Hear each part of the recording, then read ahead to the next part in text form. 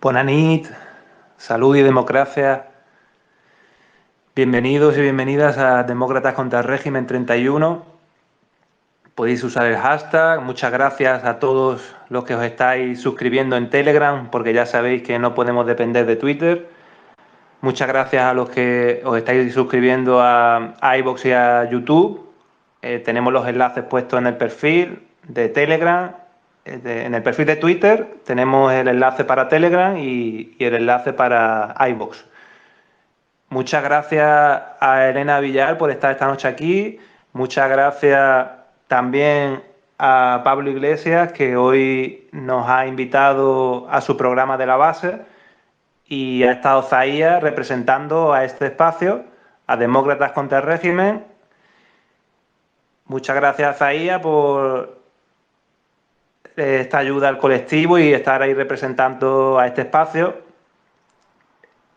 Y vamos a empezar con Elena, a la que le agradecemos mucho que haya venido, como decíamos, y hay mucha gente que quería escucharla.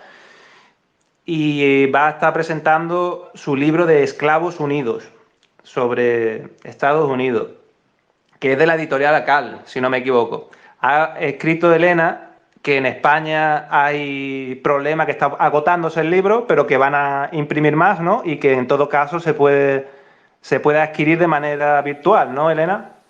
Hola a todos gracias por participar en este space y sobre todo gracias a Accountable por invitarme a él. Sí, justo ayer o antes de ayer me di cuenta de que no estaba disponible el libro en la web de la editorial y les pregunté y me han dicho que sí que lo han sacado de la web de la editorial porque se ha agotado en almacenes. Aún quedan algunos ejemplares que se habían distribuido en algunas librerías.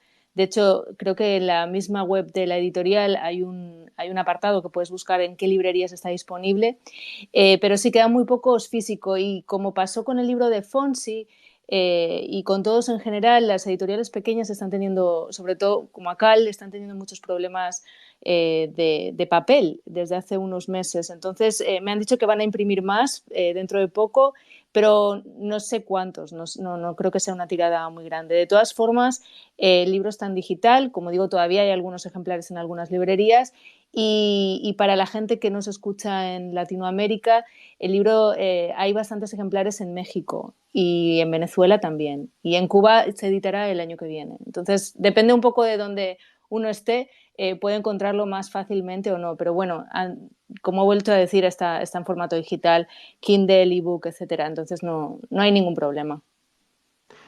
Muchas gracias a nuestros amigos latinoamericanos que esta semana nos han conocido en gran medida por intervenciones como la de Al otro lado del muro, que está aquí, que nos solidarizamos con la censura, con él, por la censura que ha recibido, que le han cerrado la cuenta de Twitter por sexta vez, como a Irina, que le han cerrado 3 cuentas en un día, a principios de esta semana y finales de la otra.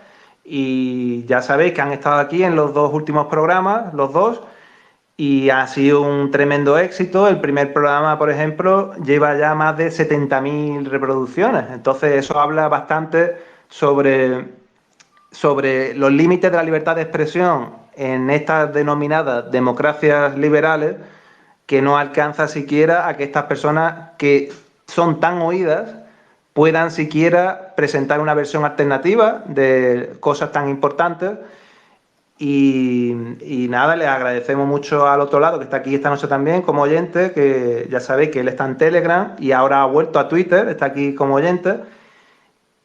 Y de hecho, la pregunta que él te dejó como anterior invitado, Uh -huh. Elena, era que qué es lo que más te ha afectado, qué fue lo que más te impactó cuando Uh -huh. llegaste a Estados Unidos desde el punto de vista social.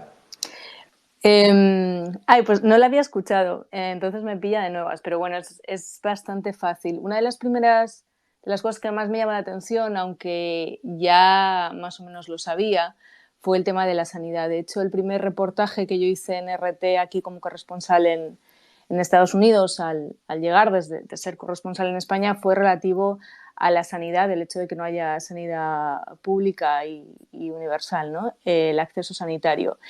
Sin embargo, también tengo que decir que que ese reportaje era muy básico, ¿no? Y parte de una percepción inicial y muy básica, pero luego me he dado cuenta que era muchísimo peor y mucho más horrible de lo que, de lo que podía imaginarme, ¿no? El hecho de que haya clínicas itinerantes de ONGs que en principio estaban pensadas para prestar asistencia sanitaria a países en desarrollo o incluso a países de África, y que los propios fundadores de esas ONGs, ¿no?, estadounidenses, se dieran cuenta de que no era necesario salir de Estados Unidos, ¿no?, que buena parte, que hay millones de estadounidenses que no pueden ir al médico o que no quieren ir por miedo a las facturas, pues era una realidad que estaba aquí, ¿no? Hay que tener en cuenta que en este país, de media, cada año, 500.000 de familias se declaran en bancarrota solo por no poder afrontar gastos sanitarios, ¿no? Entonces eso, alguien que viene de Europa y de España, sobre todo, me chocó muchísimo, aunque también hay que decir que con el desmantelamiento que se está produciendo de los servicios públicos, sobre todo de la sanidad, lo hemos visto en la gestión de esta pandemia, etcétera, en España cada vez corremos más el riesgo de parecernos a este país. Un poco una de las filosofías de este libro es ese, ¿no? Y es el objetivo, que es que buena parte del mundo, y en especial Europa, donde hay determinados derechos, determinados accesos, etcétera, etcétera, se van a perder porque lo que se pretende es exportar el modelo estadounidense, ¿no? Este neoliberalismo salvaje que lleva ahogando a la clase trabajadora durante décadas en este país y del que no somos conscientes porque no se nos presenta informativamente de una manera, yo creo, justa, y porque además también estamos bombardeados constantemente, ¿no?, de la propaganda de este país, tanto política, social, económica, yo diría que en todos los aspectos. ¿Qué niveles de pobreza hay en Estados Unidos? Y si lo pudieras comparar con otros países de América, y también la responsabilidad que tiene Estados Unidos en la pobreza de otros países vecinos de su continente, que es también bastante directa. Y lo único como contexto que voy a poner sobre el caso de España, aquí hay 12,4 millones de personas en pobreza o riesgo, según datos de 2021, de la Red Europea de Lucha contra la Pobreza, 12 y pico millones. Eso es más de la cuarta parte de la población. ¿Cómo está por Estados Unidos y por otros países de América la Sí, pobreza? oficialmente en Estados Unidos hay unos 50 millones de pobres, pero hay que decir que previamente a la pandemia, con lo cual todo esto se ha exacerbado, ¿no? El libro se publica después de la pandemia, pero muchos de los datos que manejan son previos a la pandemia, y yo me alegro porque ya de por sí, si parecían escalofriantes, ahora mismo la situación es todavía peor. Es que el 44% de las familias trabajadoras en Estados Unidos, una tercera parte, perdón, de las de familias trabajadoras en Estados Unidos no llegaba a final de mes, ¿no? Esta situación se ha visto agravada, como digo, por la pandemia. Los datos son estremecedores. Es el país más desigual del G7. Cabe destacar que la desigualdad de Estados Unidos quizá no sea comparable con algunas naciones en desarrollo latinoamericanas, pero es que estamos hablando de que Estados Unidos es la primera potencia mundial. Es decir, muchos de estos datos hay que ponerlos en valor sobre el hecho de que se nos vende a Estados Unidos como lo excepcional, ¿no? Ahí está el excepcionalismo estadounidense, que lo que viene a decir es que lo que viene a vender es, según ese excepcionalismo estadounidense, es que este país, ¿no?, es el mejor, ¿no? Viene asentado sobre unos cimientos que están por encima del resto y debe ser seguido en ese sentido, ¿no? Eso es lo que se nos vende. Entonces, estamos hablando del que es el faro del mundo libre, el que tenemos que seguir económicamente, políticamente, etcétera, etcétera. Ante esto nos tenemos que dar cuenta de que Estados Unidos es una de las naciones avanzadas con mayores niveles de desigualdad. Con lo cual, sí es cierto que hay muchos ricos, es la nación con más multimillonarios y con más ricos, pero ¿a costa de qué, no? Y sobre todo, otra de las cosas que viene a poner en valor el libro es que esta es una tendencia que ha ido a peor en las últimas décadas, ¿no? Por ejemplo, alguno de los datos es que Según el Pew Research Center, que es uno de los principales centros de investigación de este país, desde 1981 los ingresos del 5% más alto de los asalariados han aumentado mucho más rápido que los ingresos de las demás familias. Con lo cual, el 5% de las familias más ricas poseen 300 veces más que los de las familias trabajadoras. Ni siquiera estamos hablando de pobres, estamos hablando de familias trabajadoras sobre los ricos. Entonces, a partir incluso de la recesión del 2010, de 2008, esto ha ido a más, ¿no? Si bien el patrimonio neto de las familias inferiores en riqueza, no estoy hablando de pobres, sigo hablando de clase trabajadora, cayó al menos un 20%, los ricos aumentaron un 13%. Es decir, estamos hablando de una voladura controlada de la clase media desde la era del reaganismo, ¿no? Entonces, esto se traduce en muchísimos niveles. Yo creo que uno de los datos que son indiscutibles es el de la esperanza de vida. En Estados Unidos, la esperanza de vida antes de la pandemia venía decreciendo a niveles que se situaban a niveles de naciones en desarrollo, a niveles de, por ejemplo, de Cuba u otras naciones latinoamericanas. Esto con el agravante de que en los años 60 este país era el país del mundo con la mayor esperanza de vida mundial. Entonces ese dato está ahí, ¿no? Si los estadounidenses comparativamente viven menos y peor, ¿qué es lo que está sucediendo? ¿Cuál es el sistema y qué está pasando, ¿no? para ese aplastamiento de la clase trabajadora estadounidense? Entonces en el libro recojo los diferentes aspectos que suponen, ¿no? el agravio de la gran masa poblacional de este país, desde la sanidad a la educación, a la vivienda, como los tres principales pilares que para mí deben sostener a un individuo, ¿no? Y cómo la situación en este país es flagrante en esos tres pilares. Si queréis los desarrollamos, vamos por partes, a cuáles son los elementos que apuntalan este sistema y que hacen que la gente pues no se rebele, vaya peor y los niveles de implosión interna no parezcan tan altos como en realidad son. Pues sí, por favor, continúa desgranando esos varios elementos. Es que estoy acostumbrada a que me vayan preguntando, ¿no? No sé, me tengo como un poco de cosa pues a enrollarme, ¿no? Pero bueno, yo sigo. Si queréis, si hablamos del tema de la sanidad, como he dicho, no es sanidad pública para todos. Sí que es verdad que hay ciertos programas públicos, el Medicare, Medicaid, etcétera, pero son limitados y de hecho se da una paradoja y es que a veces consiguen que para ciertas familias y clase trabajadora sean peor que si no estuvieran. Me explico.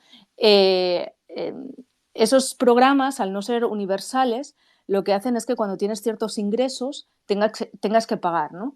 Entonces, una de las cosas, por ejemplo, con las que me encontré, ¿no? En ese primer reportaje que digo que hice cuando llegué aquí, es que había una persona que trabajaba en McDonald's y me decía, con un sueldo, pues imagínate, un sueldo basura, ¿no?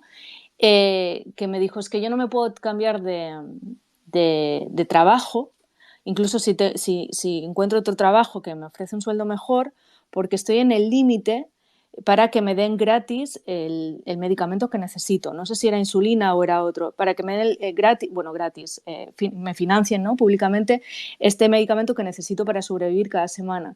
Si mi sueldo supera un poco, este medicamento me cuesta X y yo ya no puedo pagarlo, ¿no? Con lo cual lo que hace es condenar a ciertos sectores a una espiral de pobreza continua, ¿no? El sistema está tan pervertido que incluso esos parches al final lo que hacen en algunos casos es que la situación sea peor. El tema de la sanidad es que, bueno, como todo en este país es de compra y venta, ¿no? Y también una de las cosas de las que hablo es de que aquí se dona sangre por dinero, ¿no? Y esas clínicas que extraen la sangre a esas personas se suelen implantar en barrios muy pobres incluso en la frontera con México, ¿no? Cuando eres inmigrante les da igual.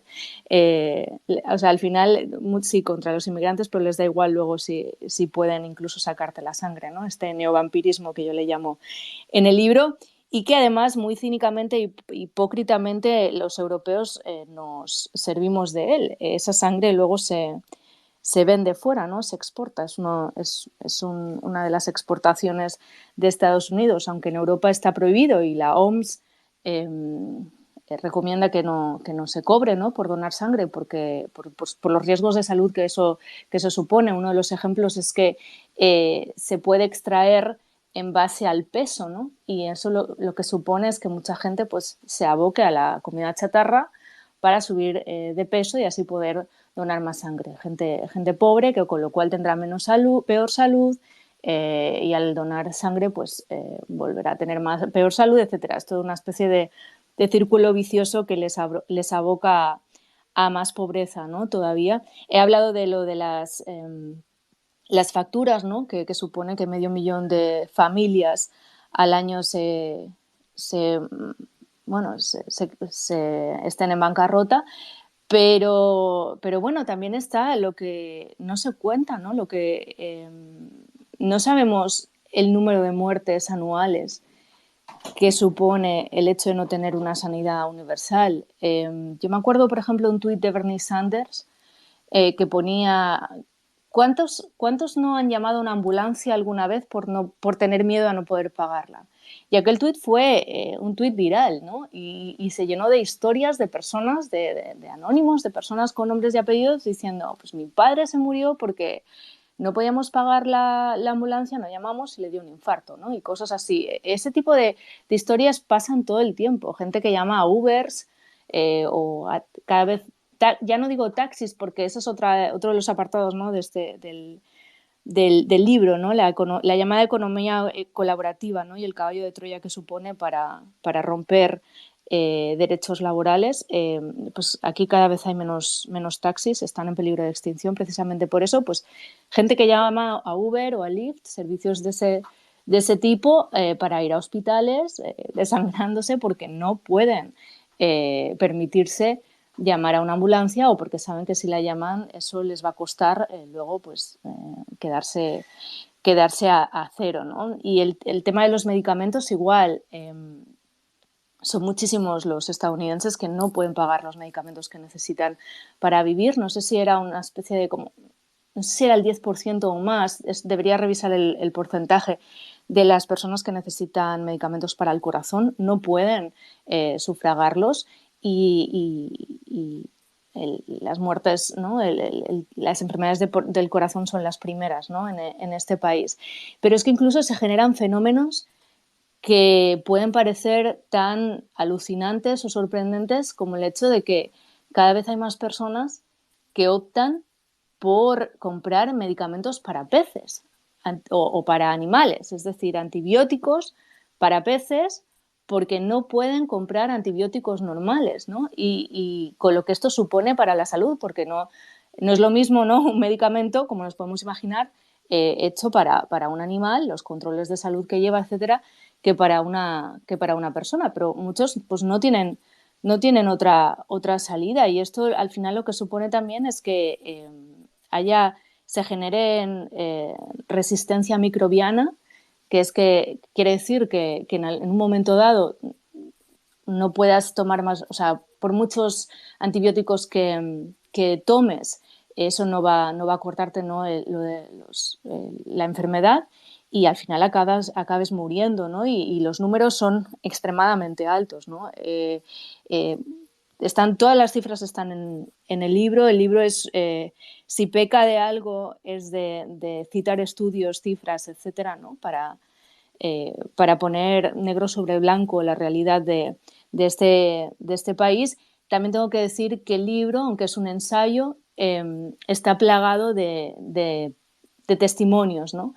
De personas con las que yo he entrevistado durante todos estos años que llevo en Estados Unidos a la hora de hacer reportajes, etcétera, etcétera, porque si hay algo que a mí me parece importante es poner cara, nombre, rostro y voz a quienes están sufriendo todo esto, ¿no? Yo no quería hacer un ensayo desde, ¿no? Como pueden hacer muchos desde sentados en un despacho, ¿no? Citando el trabajo de otros y haciendo pura investigación. Yo creo que uno de los valores que tiene este libro y que tiene mi trabajo es que yo me he recorrido Estados Unidos de arriba a abajo y he grabado a la gente y les he puesto el micro a la gente y he hablado directamente con los protagonistas, ¿no? No hablo de oídas, no hablo de leer. Ahora está muy de moda, ¿no? Ser corresponsal, explicando cosas solo siguiendo ruedas de prensa o leyendo otros medios o leyendo otros reportajes y haciendo investigación sin moverte de tu casa. Yo soy corresponsal, pero sobre todo soy reportera, ¿no? Y creo que es muy importante pisar calle y hablar con la gente, porque al final nuestro trabajo como periodista, yo concibo el periodismo de una manera social, ¿no? y popular. No sé, si estuviera más interesada en según qué cosas, pues no sé, buscaría platós o directamente trabajaría para el Wall Street Journal o para otros medios de comunicación o en general medios de comunicación más mainstream que al final lo que hacen en muchos casos, sí que es verdad que hay excepciones y yo respeto el trabajo de muchos periodistas, ¿no? De los medios en general, es servir a la élite, ¿no? y a la oligarquía que al final eh, es la que está detrás de los medios de comunicación y la que hace que este país esté como está. He hablado de la sanidad, podría hablar si queréis de la educación, también hablo de la educación. No me quiero Antes enrollar de mucho. pasar Sí. a educación, yo tendría una pregunta para ti. Sí. Recientemente, yo he sido madre, ¿no? Uh-huh. Y a raíz de esta experiencia, sobre todo antes de parir, yo creo que todas las mujeres que somos madres primerizas, seguramente leemos de manera obsesiva todo lo que podamos encontrar en Internet. Uh-huh. Y, y la verdad es que me encontré con casos bastante horrorosos de mujeres que han tenido problemas en los partos o incluso partos absolutamente normales, pero los cuales no eran totalmente cubiertos por los seguros privados en Estados Unidos. Uh-huh. En tu libro cuentas alguna experiencia de Sí. género. Sí, de hecho yo tengo tengo un capítulo que se titula Mujeres, maternidad y violencia. Y la primera parte, directamente el apartado es ser madre en Estados Unidos. Estados Unidos es el peor país avanzado del mundo para ser madre.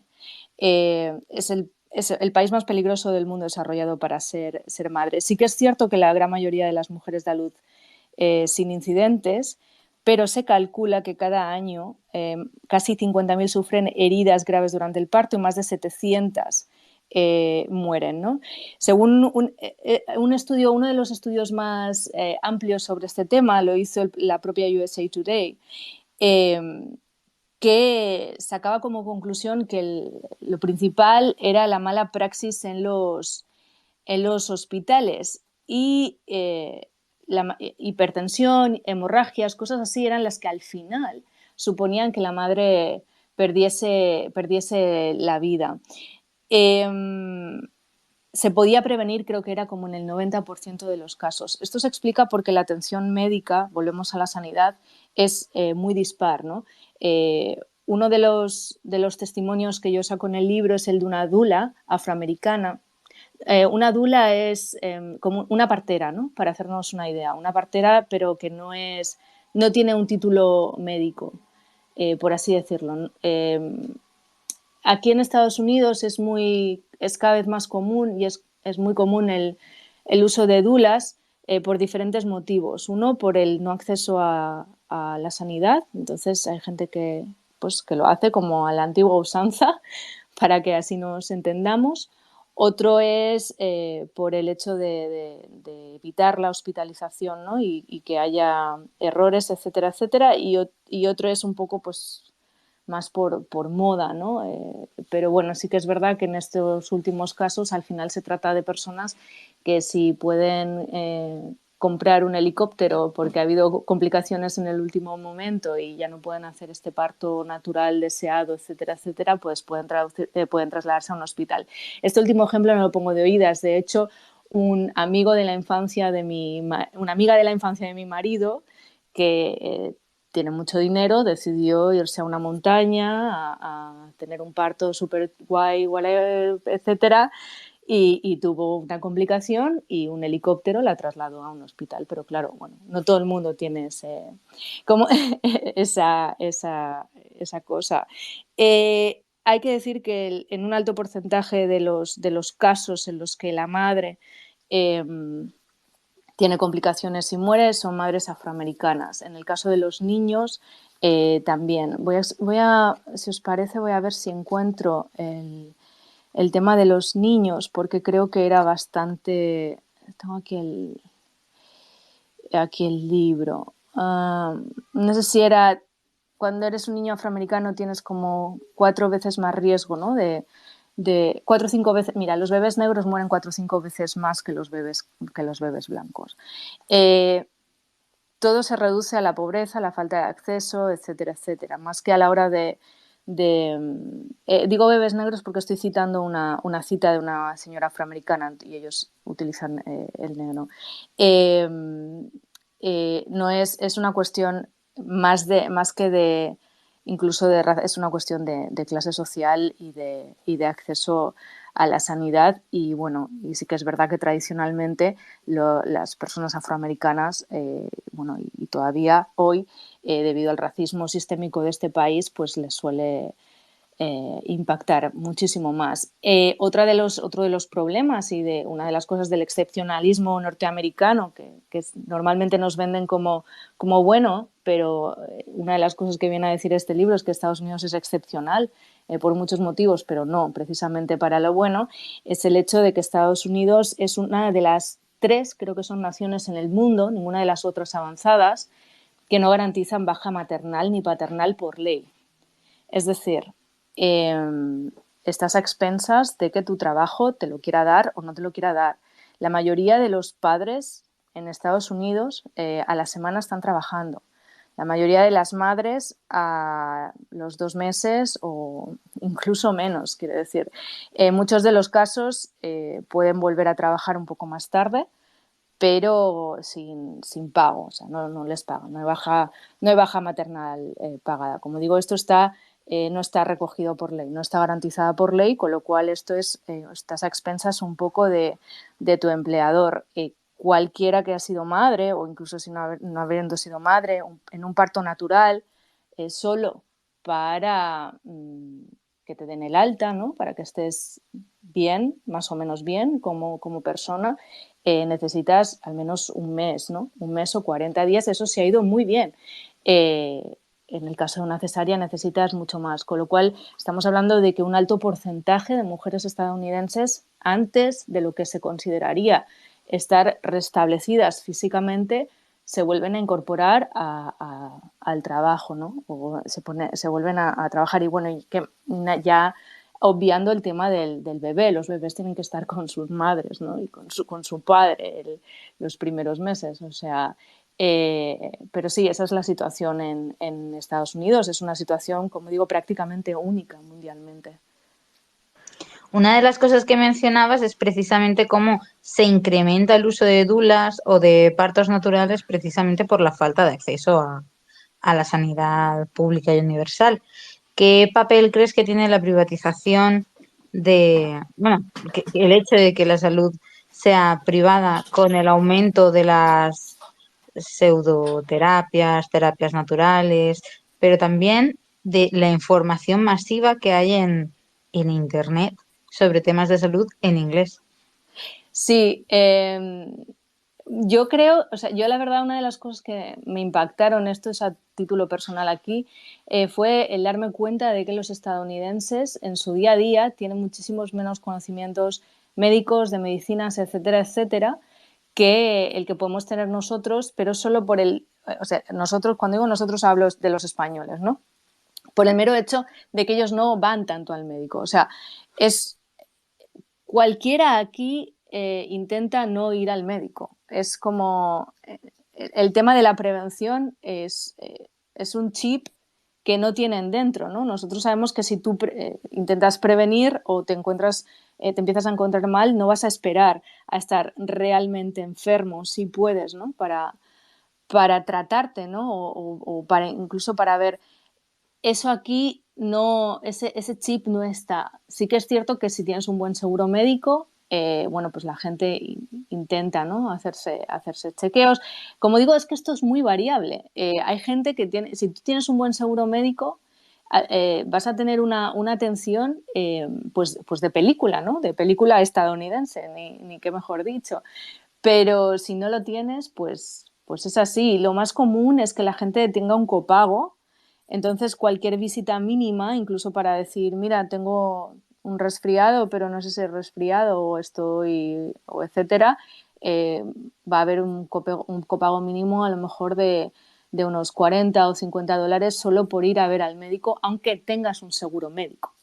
Entonces, ¿eso qué hace? Pues que haya una explosión gigante de pseudoalternativas, pseudoterapias, de webs, de todo esto, ¿no? Yo creo que, bueno, yo ya no estoy allí, pero yo creo que es básicamente la tendencia que estamos viendo que se está exportando a Europa y a España, ¿no? Por ejemplo, el sálvese quien pueda un poco. ¿Podríamos hablar incluso de mercado negro? Sí, claro. El mercado negro de medicamentos en este país es enorme y, de hecho, las agencias se supone que trabajan en ello, ¿no? Y hay departamentos especializados, pero no dan abasto. De hecho, de repente hay otra cosa, o sea, cuando pasó la pandemia había muchísimas pseudoterapias, luego después cuando no es la pandemia son, como digo, los antibióticos X, cuando no, lo siguiente. Están muy acostumbrados a eso, a comprar también medicinas por internet o también comprar medicinas que creen que son las que son a nivel internacional, a México o incluso a Asia, etcétera, y luego pues, lo que les viene no es lo que es, como comprenderán. Pero bueno, es que, como digo, en muchas ocasiones no hay otra alternativa posible porque no pueden pagar la medicina que les está recetando el médico. Uno de los ejemplos también que salen en el libro es que incluso en una de esas clínicas itinerantes que van a dar salud gratis, ¿no? Mediante una ONG, salud básica, ¿no? por todos Estados Unidos, ¿no? Poniendo esa especie de campañas, ¿no? en escuelas o donde les pillen los pueblos, es que una señora, una médico me dijo que una señora, no, era un señor se le presentó diciendo: llevo un mes esperando que lleguéis con muchísimos dolores y necesitaba X, ¿no? Medicamento, que eran $4, creo que eran. Y dijo, y él se estaba tomando uno que costaba 2, porque había una oferta en no sé dónde, no sé qué, y le costaba 2. Le dijo, no, es que necesitas este otro. Y dijo, bueno, es que no puedo sufragar, no puedo comprar el de $4 porque eso es quitarle $2 de la mesa de comida a mi familia, ¿no? Bueno, ese señor acabará tomando el de los $2, aunque la médico le diga ese no es suficiente o necesitas cambiar. Antes mencionabas a Bernie Sanders y me gustaría saber tu valoración sobre su actividad política desde que Biden es presidente y también respecto a las 2 campañas de primarias en las que él participó y que llegó a ser favorito y, sin embargo, al final no quedó segundo en ambos casos, ¿no? ¿Cómo de democráticas fueron esas primarias y cómo de antidemocráticas fueron, teniendo en cuenta que en las primeras, por ejemplo, contra Hillary Clinton, Wikileaks sacó cables muy, muy graves que causaron incluso la dimisión de la presidenta del Partido Demócrata, porque hacía pucherazos en favor de Hillary Clinton? Entonces, ¿cómo de antidemocráticas fueron esas primarias o cómo de democráticas y las siguientes, las que dieron como resultado que Biden fuera elegido? Bueno, Hay que partir de la base de que Estados Unidos no es la democracia perfecta que nos quieren hacer creer, ¿no? Es una democracia que tiene grandes taras en su estructura, ¿no? Y al final todo eso se soterra mediáticamente vendiéndonos el show mediático de unos, otros, los debates, etcétera, etcétera, la financiación, etcétera. En Estados Unidos es una democracia que ha trabajado y que trabaja abiertamente porque muchas personas no puedan votar. Es decir, es una democracia que durante el pasado medio siglo ha trabajado para restringir el derecho a voto. O sea, de 2010 a 2018, más de 20 estados aprobaron leyes racistas, sobre todo de supresión de votantes. Manipulan y redistribuyen los distritos electorales, ponen dificultades para el registro, eliminan directamente listas de votantes, etcétera, etcétera. En muchos estados, si has estado en la cárcel, y estamos hablando de que este es el país que porcentualmente y a nivel de términos totales tiene más personas entre rejas, con lo cual estamos hablando de millones de personas, en muchos estados, si tú has estado en la cárcel, no puedes votar. Si eres residente no puedes votar, los residentes permanentes, los millones de inmigrantes en situación ilegal, etcétera, etcétera. Es una de las democracias menos participativas que existen en el mundo. Esto normalmente no se nos dice ni se nos recuerda. Bueno, más allá de eso, el sistema de por sí es muy antidemocrático. Es una democracia que hay que recordar que es una democracia por voto indirecto. Es decir, esto supone que incluso el candidato más votado por esas personas que al final han podido llegar a votar, que como digo, supone unos índices de participación bastante bajos comparados con otras democracias avanzadas,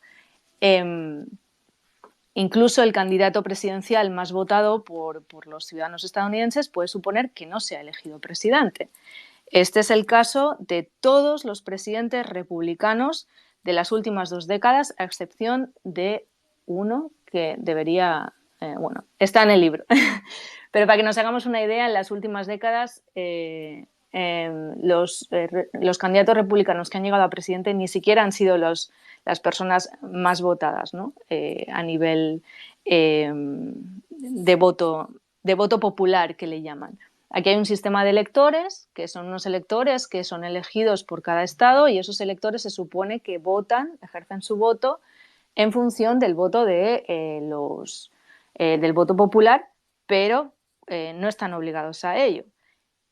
La segunda parte es que esto es un voto de todo el ganador. Es decir, si por ejemplo en Florida tendría que ver cuántos electores son, ¿no? Pero vamos a poner que son 20 electores. Si de esos 20 electores, 9 votan demócrata, ¿no? Y 11 votan republicano, el conjunto del voto de los electores, es decir, Florida en su totalidad, se va a ir para el candidato republicano. Con esto nos podemos hacer una idea de cómo es este tipo de democracia participativa. Luego, aparte, están las composiciones de las cámaras. Otro ejemplo. No me quiero enrollar mucho, o sea, todo está explicado en el libro, ¿no? Para quien esté más interesado en saberlo. Pues un poco para que nos demos cuenta del cuento este que nos llaman de la democracia más perfecta que existe, como es una de las democracias precisamente más imperfectas que hay y en las que menos se tiene en cuenta la opinión popular. En el Senado, ¿no? Que es como si dijéramos la cámara más determinante a la hora de aprobar leyes, en el Senado cada estado tiene 2 senadores. No importa la cantidad de personas que habiten en cada estado. California tiene los mismos que Wisconsin, etcétera, etcétera. Con lo cual, al final, los estados rurales, muchísimo más conservadores, están sobrerepresentados en la principal cámara legislativa de este país. Esto, además, con el agravante del filibuster, que no me voy a poner a extender a explicarlo porque ya creo que voy a marear un poco al personal, pero que es uno de los elementos que están utilizando como excusa principal Biden y los demócratas para decir que no se ha aprobado prácticamente nada de lo que Biden prometió y por lo que llegó a la presidencia, esgrimiendo el filibuster, que es una herramienta que no está en la Constitución y que ellos podrían cambiar y avanzar a la hora de legislar en este país, pero que no les da la gana hacerlo, ¿no? Tú me hablabas de Bernie Sanders y de las primarias. Las primarias son una cosa que aquí cuando están afuera, ¿no? Y mediáticamente se cuentan como en plan una fiesta de la democracia casi, pero es una cosa rocambolesca, arcaica y que es incluso difícil de explicar. ¿Por qué? Porque el proceso es intrincado y cada primaria permite tal nivel de variación en el procedimiento que el camino de un estadounidense para participar en esos estadios iniciales, ¿no?, de las elecciones es muy diferente dependiendo de dónde viva. O sea, no hay un proceso estandarizado, ¿no? Están las primarias estatales, ¿no?, que son mediante votación secreta, pero luego están los caucus, que es una cosa muy arcaica, que son asambleas físicas de personas que se reúnen pues, para mostrar apoyo a los candidatos y se van haciendo votaciones a mano alzada y los partidarios que se van, o sea, los candidatos que se van descartando, sus partidarios pueden pasar a apoyar a otros, pero es un rollo que parece así, por hablar en plata, una reunión de vecinos hablando mal y claro, y cuyos resultados además luego el establishment demócrata hace un poco lo que le da la gana, ¿no? O sea, hay unos pucherazos que son imposibles de esconder, ¿no?, para el público general. Pero es que luego, más allá del tema de las primarias, les da igual lo que pase. Hay que recordar que Kamala Harris es la vicepresidenta de Estados Unidos y Kamala Harris tuvo que retirarse de las primarias demócratas muy pronto porque no era capaz de ganar las primarias ni siquiera de su estado, de California. No la querían como candidata a la presidencia ni en su propio estado. Y sin embargo, es la persona que tenemos ahora mismo de vicepresidenta en Estados Unidos, ¿no? Más allá de hablar un poco del despropósito, ¿no?, del funcionamiento de la democracia estadounidense, el tema de Bernie Sanders, yo lo hablo en el libro que hay una teoría, ¿no?, que se llama la del perro ovejero, que es una teoría esgrimida por sectores más de izquierdas, ¿no?, de este país. Aquí le llamarían izquierda radical, a mí me parecen realmente izquierda progresista, ¿no?, la que debería ser izquierda progresista de verdad, en la que vienen a recordar que cada vez que hay un enorme descontento social en este país y popular, surge una figura como Bernie Sanders que canaliza todo ese descontento de la izquierda y a la que finalmente el Partido Demócrata se encarga de diluir o de neutralizar, ¿no? Este es un sistema que está diseñado para que en el peor momento, cuando haya un descontento enorme, se pueda canalizar populismo por la derecha, lo hemos visto con Donald Trump, pero sea imposible por la izquierda. Y no solo por parte de los republicanos, sino por parte del propio establishment demócrata. No es un secreto, no es un secreto que buena parte del establishment demócrata prefería que ganase Donald Trump a que ganase Bernie Sanders. Esto es así, porque al final este país lo que es bueno, demócratas y republicanos son las caras de la misma moneda, ¿no? Se van turnando en el poder, pero es uno de los sistemas oligárquicos más bien diseñados. Está muchísimo mejor diseñado que Europa o que España, donde hay cierto parlamentarismo, ¿no? Y ha podido quebrarse ese bipartidismo en algún momento, ¿no? Aquí el sistema no permite, tal y como está diseñado, que haya ningún quiebre. Y esto lo que hace al final es garantizar los dos partidos que se alternan en el poder, y eso, no habría ningún problema si la sociedad estadounidense no quisiera un cambio, ¿no? Pero todas las encuestas, las últimas encuestas, y cada vez va a más, la gente quiere que haya terceros partidos e incluso quiere que haya otros candidatos independientes. Pero, como digo, el sistema está diseñado para que así no suceda, no solo a nivel interno de los partidos, ¿no?, del demócrata y del republicano a la hora de neutralizar según quién, sino volvemos un poco a lo del principio, ¿no? Este es un sistema del todo al ganador. Incluso en el caso de demócratas y republicanos, como digo, si gana un republicano en un estado, se lleva todos los votos de ese estado. Entonces, imaginaos que aún así hubiera un tercer partido. No tiene ningún tipo de posibilidad de llegar a una representación presidencial. Incluso a nivel local podría ser, pero es muy, muy, muy, muy difícil. Luego, la otra parte está en cómo se financia este sistema político y las campañas. Es prácticamente imposible que una persona que no esté financiada por las grandes corporaciones de este país llegue a presentarse a la carrera por la presidencia. Es imposible, es imposible. Se necesita mucho dinero para entrar a la política de este país. Se puede dar casos puntuales a nivel congreso tipo Alexandria Ocasio-Cortez en su a la hora de acceder, etcétera, etcétera. Se pueden dar ese tipo de casos, pero luego a nivel legislativo real su fuerza se diluye, ¿no? Yo creo que hay quien incluso desde la izquierda critican cómo este tipo de figuras, ¿no? Tipo Alexandria Ocasio-Cortez o Bernie Sanders, lo que viene es a dar una pátina de legitimidad al sistema, ¿no?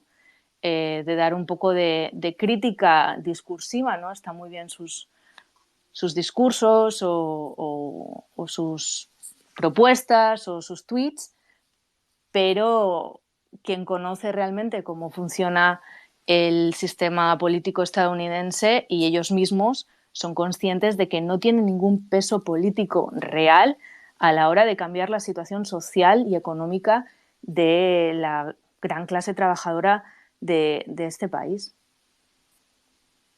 Muy interesante. Pues antes de pasar la palabra a Carmen López, que también vive en Estados Unidos y a la que también agradecemos que esté aquí, voy a plantear la pregunta que dejó Irina, que era precisamente antes hablaba sobre cómo nos venden en Estados Unidos, ¿no? Y ella está interesada en que nos cuente sobre cómo ves tú, si tienes encuestas o si tienes datos, o cómo ves tú la percepción de la gente Ella hablaba de países en plural, supongo que se refería a países latinoamericanos, sobre los medios de comunicación, cómo los percibe la gente, si cala el mensaje de Estados Unidos, esa imagen que nos venden, o si tiene más fuerza otras visiones alternativas. El sistema mediático estadounidense está en decadencia. A nivel interno, cada vez hay menos gente la gente cada vez más desconfía en los medios de comunicación masivos. De hecho, ahí están las audiencias de los cables, etcétera, etcétera. De cable news, me refiero a las grandes cadenas de televisión y también de los diarios. Pero bueno, es un descontento que de momento no se está canalizando, yo creo, todo bien que se podría.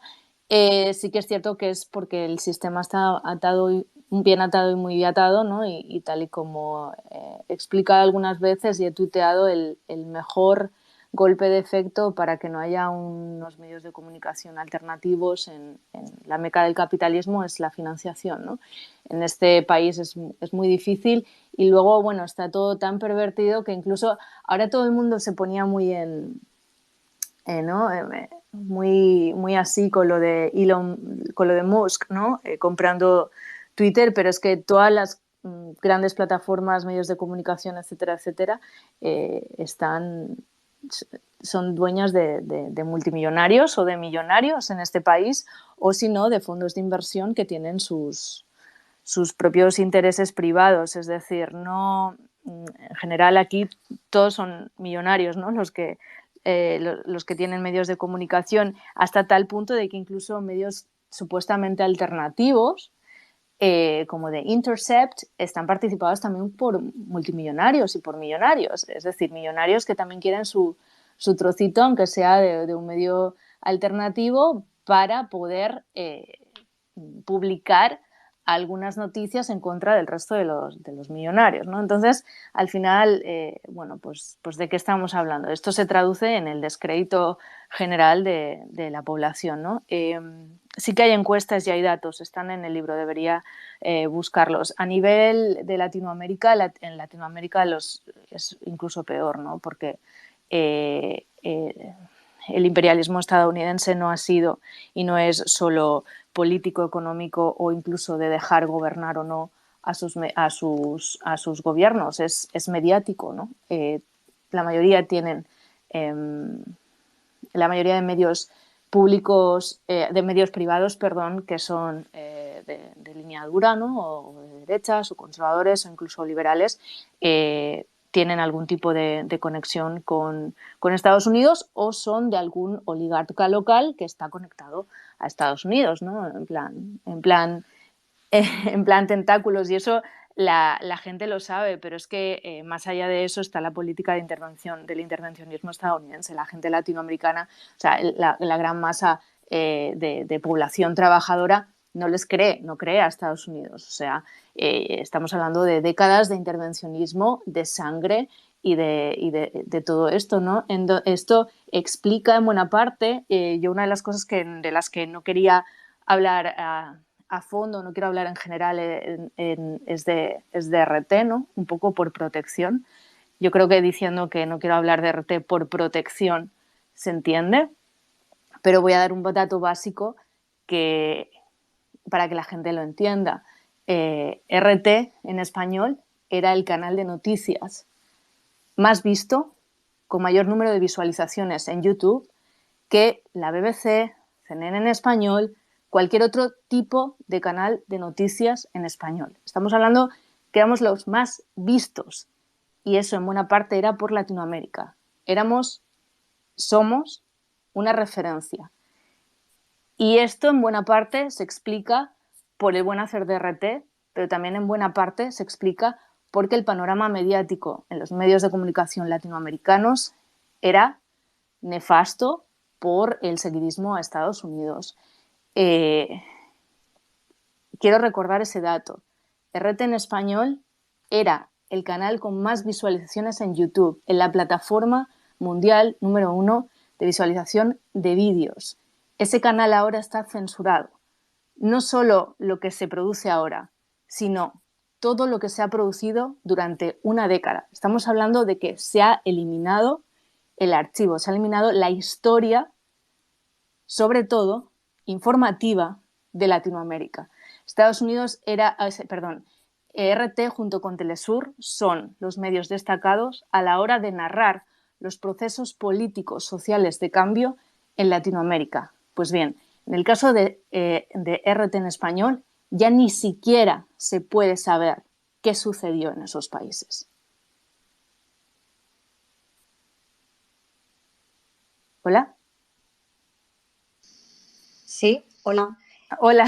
Mi nombre es Carmen López. Hola, te Carmen. sigo. ¿Qué Sí, tal? yo también te sigo. Sí, lo sé. Alguna vez hemos interactuado y también te agradezco mucho porque también sé que RT me apoyó con visibilidad.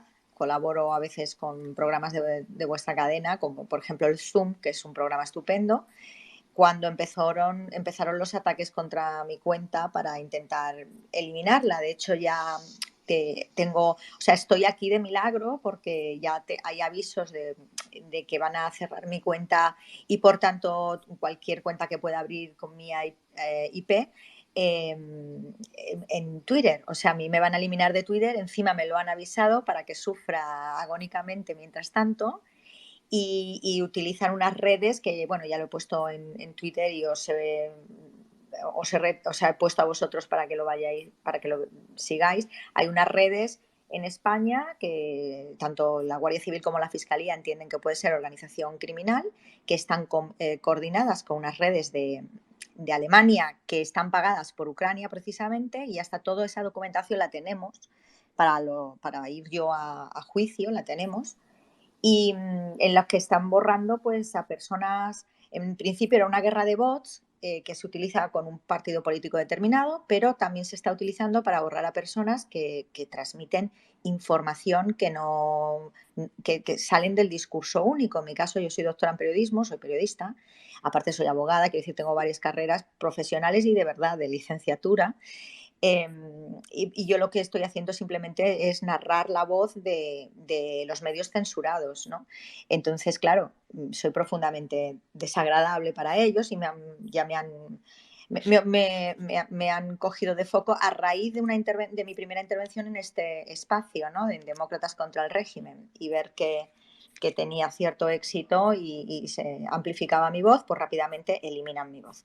Pero bueno, en esta situación tengo que decir que a mí tu medio es uno de los medios que más me gustan, que seguía antes de toda esta política de sanciones.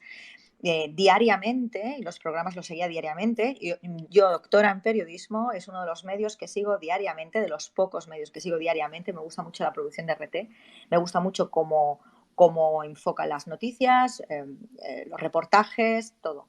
Y que te sigo también porque te sigo desde antes de que ocurriera esto. Y mis preguntas son, aunque sé que no quieres hablar de RT, no, van más por otro lado, no te preocupes, son las siguientes.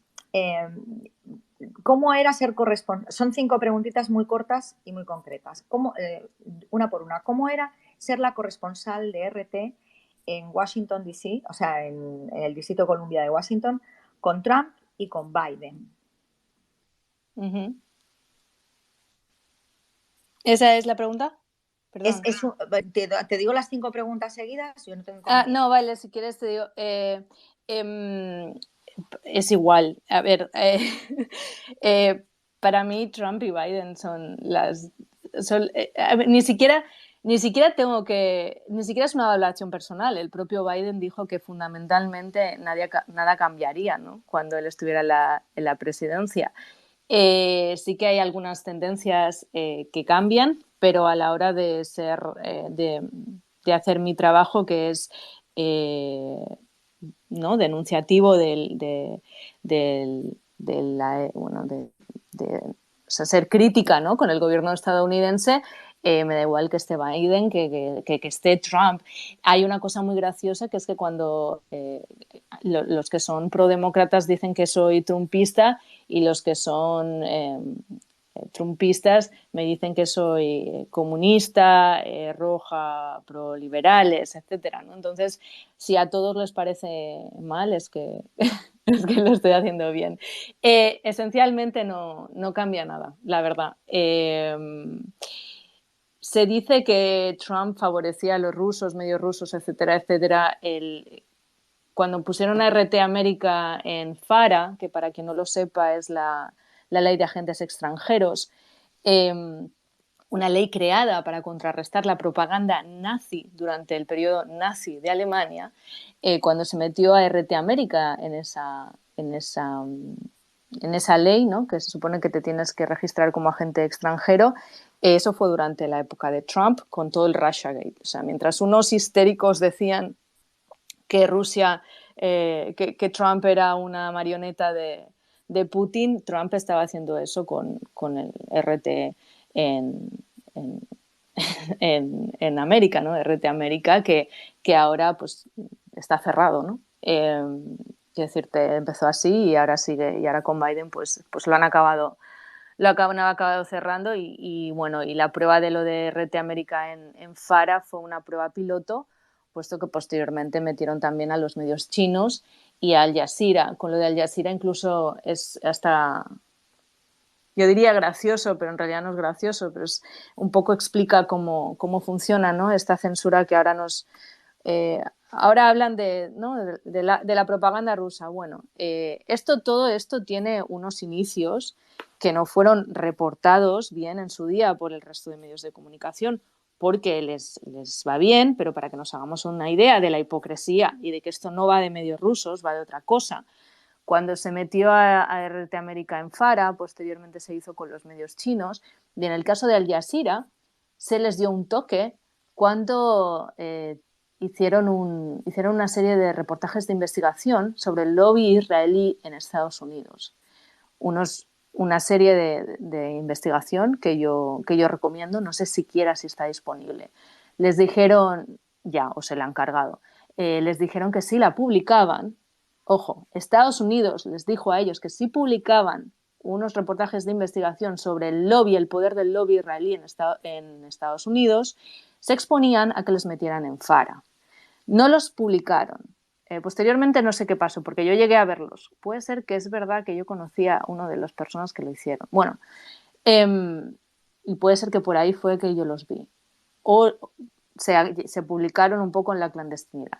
Sea como fuere, utilizaron lo de FARA para amedrentarles, no lo publicaron y aún así meses después acabaron metiéndolos en FARA. Quiero decir, fue utilizado como herramienta de coerción y de censura. Esto no va de la propaganda rusa en Ucrania, etc. Esto va de vender una visión única del mundo en contra de los intereses, se podría decir de la Alianza Atlántica, pero en realidad son los intereses de Estados Unidos, puesto que la deriva que sigue Europa ya se está viendo que muy a favor de sus intereses no va, ¿no? Son de los intereses de otros. Bueno, todo esto para contestar la pregunta de qué diferencia hay entre ser corresponsal en DC entre Trump y Biden. Ninguna. Es muy difícil ser corresponsal de RT en Washington, D.C. Muy difícil, muy difícil. Muy difícil. Perfecto. Sí, sí. ¿Y antes y después de sanciones varía? ¿Se ha hecho más difícil o está exactamente igual? Sí, a ver, yo no quería dar muchos datos, pero bueno, esto está publicado, RT América se ha cerrado, ¿no? O sea, todo el mundo está despedido, está en la calle, ¿no? RT en español sigue operando, yo sigo operando, pero sí que es cierto que yo utilizaba los recursos de RT América, ¿no? Entonces me he quedado sin recursos, lo estamos solucionando, es temporal, como digo, RT en español sigue, también sigue RT en árabe, ¿no? El corresponsal en árabe sigue trabajando aquí, etcétera. Entonces, sí, claro, o sea, a donde yo iba a trabajar y con las personas que me relacionaba cada día y esos estudios gigantes, técnicos, periodistas, etcétera, etcétera, todo eso ya no existe y esa gente está en la calle, ¿no? Derivado de las sanciones. Esta pregunta que te voy a hacer, totalmente libertad de decir que no puedes contestarla. Era una pregunta de cierta curiosidad como periodista, que es en el tema de las sanciones a los periodistas de RT que están en otro país, es decir, a los corresponsales, el tema de pagos y cómo le afectan las sanciones realmente. Las sanciones afectan, no puedo dar detalles, afectan. Pero bueno, para que nos hagamos una idea, y ya así no hablo de RT, pero os podéis hacer una idea, porque como digo, esto no va de la propaganda rusa, esto va de otra cosa. No sé si se reportó o os llegasteis a enterar de la ofensiva que hubo contra Telesur cuando se intentó un cambio de régimen en Venezuela. Hubo una ofensiva terrible contra Telesur. Telesur es más pequeño. Aún así, también es indispensable para dar la voz a América Latina, a los procesos de cambio en América Latina, al progreso social, a los movimientos sociales, etcétera, etcétera. Como producto de la ofensiva que Estados Unidos inició contra Telesur, aquí no hay corresponsal. No hay corresponsal de Telesur en Estados Unidos porque es materialmente imposible. Vaya. ¿Y no estás teniendo acoso o en general los trabajadores de RT no estáis teniendo acoso en las redes por estos grupos que yo he explicado que hay y que están relacionados? Sí, yo, bueno, cuando he dicho que no iba a hablar por protección, es por protección. Si la gente supiera los ataques a los que estamos expuestos, pública y privadamente, alucinaría. O sea, alucinaría. Hay que tener muy claro quién se es, lo que se ha hecho y una buena situación personal y mental para continuar. Se ha entendido perfectamente. No te quiero poner más en compromiso, entonces la última pregunta no va de estos temas. yo vivo en Estados Unidos desde el 2015. He visto perfectamente cómo la decadencia del propio régimen estadounidense está afectando a la sociedad. No era lo mismo vivir en el 2015 que vivir ahora. Es muchísimo peor. Va en picado, además, a una velocidad increíble. Y me voy a centrar un momento en el tema de la pandemia porque, yo nunca he sabido pronunciar el apellido de este señor, que es Fauci o Fauci. Fauci. Fauci, sí, exactamente. Digo, no sé cómo se dice en inglés. Pues no sé cómo... en plan italiano, Fauci. Sí, exactamente. Entonces, es una de estas cosas que nunca me salen. Entonces, bueno, pues lo he querido decir para explicar mis debilidades. Entonces, Fauci acaba de decir que ya no, prácticamente que va muy bien y que ya no hay pandemia, cuando, por ejemplo, en el caso de Chicago y Illinois, no es cierto. Yo constaté desde el comienzo de la pandemia, porque en Europa ya estaba y nosotros pues somos europeos, españoles, y teníamos esa referencia, pues yo he ido documentando toda la variabilidad de la pandemia por el gobierno americano, e incluso puedo probar que se han llegado un momento a ver resurrecciones, porque hay datos de muerte. No me río porque es verdad, hay que decirte. Sí, es que hay resurrecciones y todo. Entonces se ha alterado los números oficiales, que siempre van a ser números que, por muy honorables que sean, no corresponden con la realidad, por lo que has explicado del sistema sanitario, que hay mucha gente que se ha muerto en su casa y eso no está contabilizado. Entonces, bueno, y también se alteró la forma de contabilizar el COVID. Bueno, exactamente, sí. Se alteró con Trump y se alteró con Biden, lo han alterado los dos. Y ahora es mucho más oscuro desde que entró Biden. Entonces, este señor ha dicho que ya va todo bien y que la pandemia prácticamente está desaparecida de Estados Unidos. Aunque Kamala Harris tiene COVID ahora. Kamala Harris tiene COVID, vaya por Dios. Es que es un COVID muy variable, porque también Pelosi tuvo COVID cuando tenía que ir a Taiwán, cuando China le dijo no vengas. Entonces es un COVID peculiar el de del gobierno. Y Saki cuando había que ir a Ucrania o algo así. Sí. Y en cuanto Saki, la portavoz del gobierno de la Casa Blanca, sí, cuando tenían que ir a Ucrania por X o no sé, era Ucrania. Bueno, al principio de repente tuvo COVID también. Pues nada, que puede ser. Era la última pregunta, era hablar de exactamente eso, los datos del COVID, y que Fauci diga ahora que prácticamente no hay pandemia. Si piensas que corresponde a la realidad o tienes alguna información al respecto.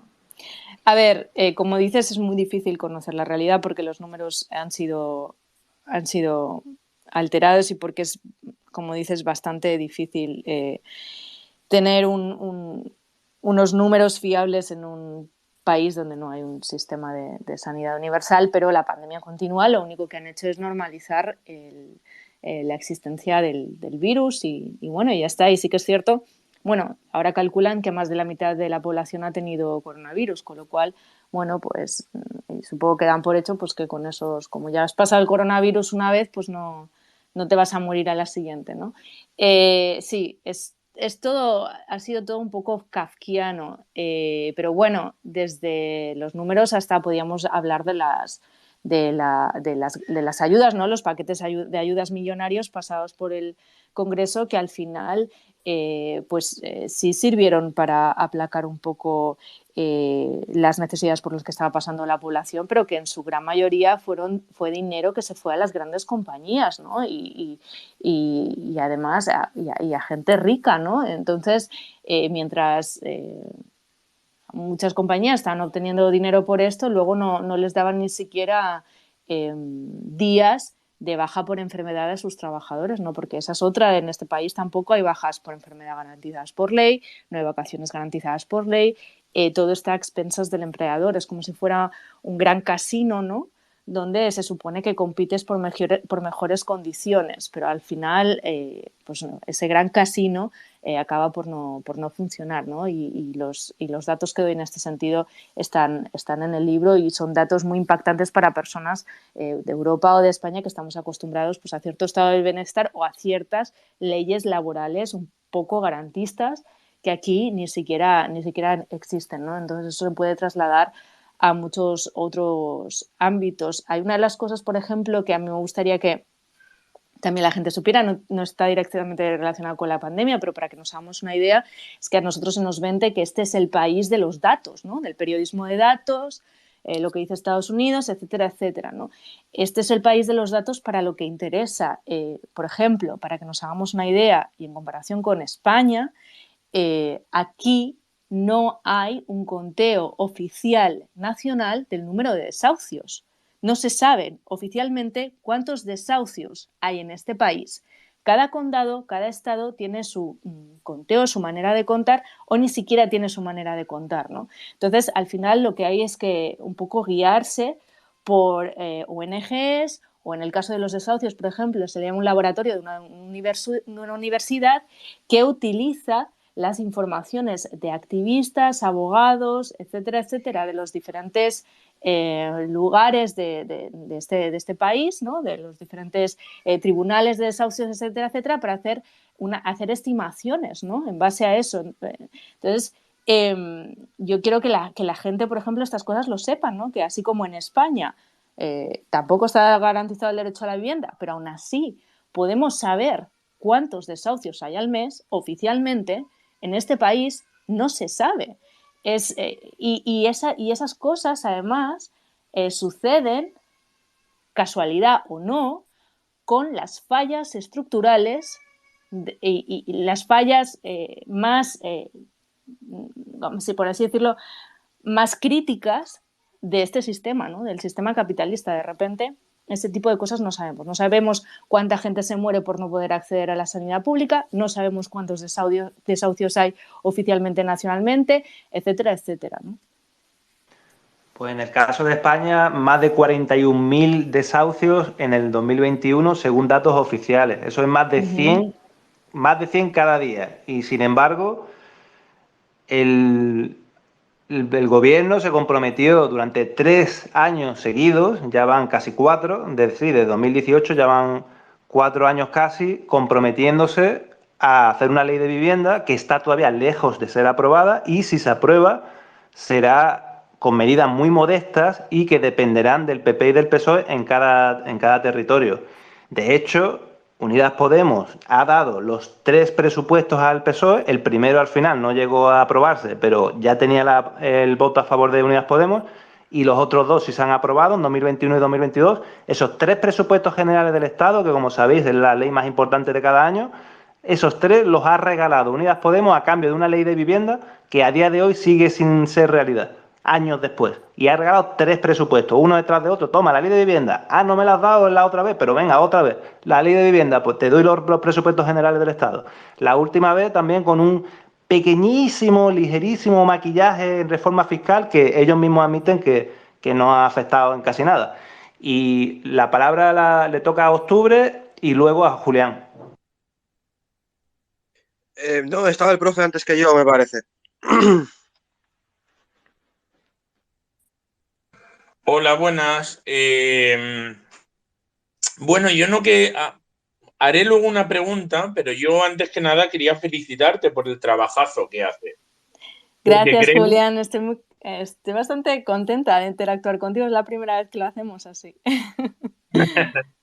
Sí.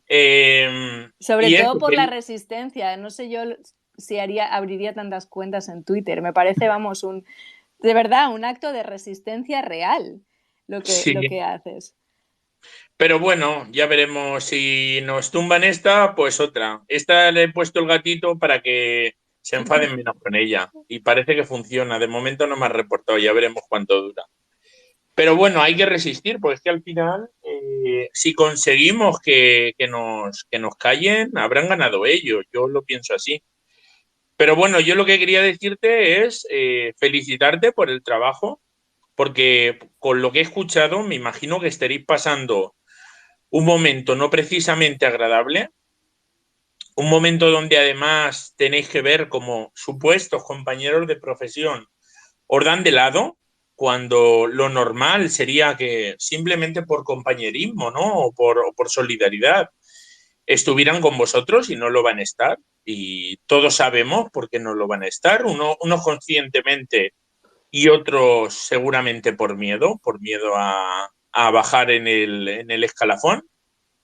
Y sobre todo porque el trabajazo que habéis hecho vosotros ha permitido ver ese Estados Unidos, y aquí voy a criticar a algunos corresponsales, yo lo siento, ese trabajo que los Alandetes, las Doris Toribio, los Emilio Domenech y toda esa panda de gente, supuestos periodistas, nunca han dado. Es decir, los corresponsales de Estados Unidos, y eso supongo que tú lo sabrás, suelen ser los mejor retribuidos, suelen ser los mejores pagados, y eso tiene evidentemente un precio.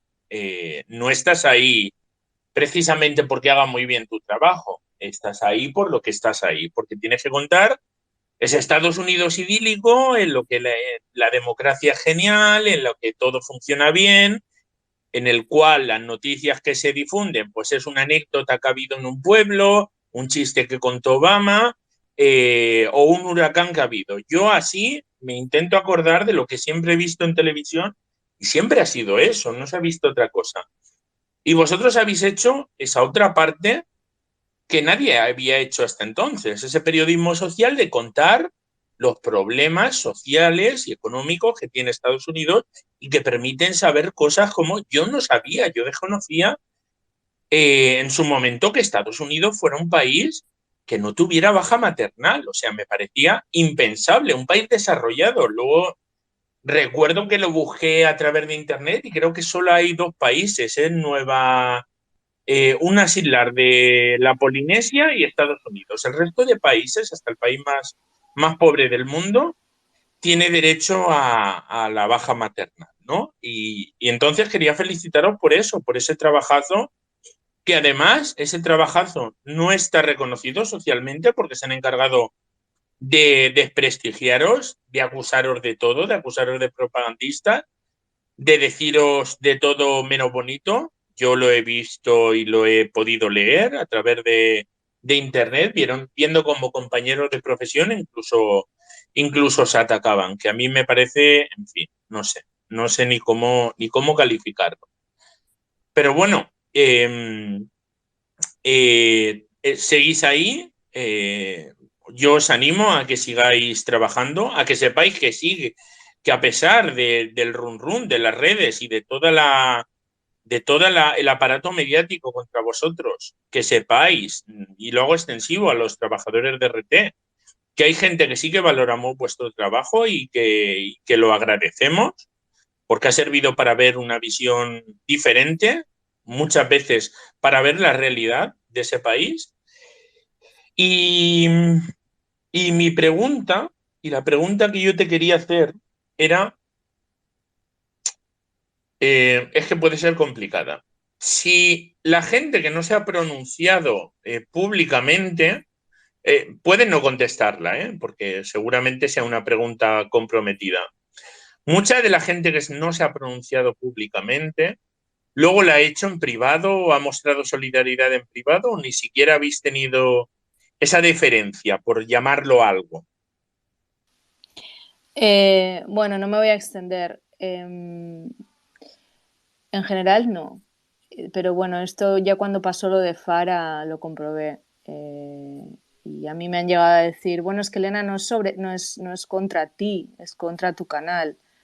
No, pero si es y yo decir, bueno, si es contra mi canal en Estados Unidos es contra mí, ¿no lo entiendes? No. O sea,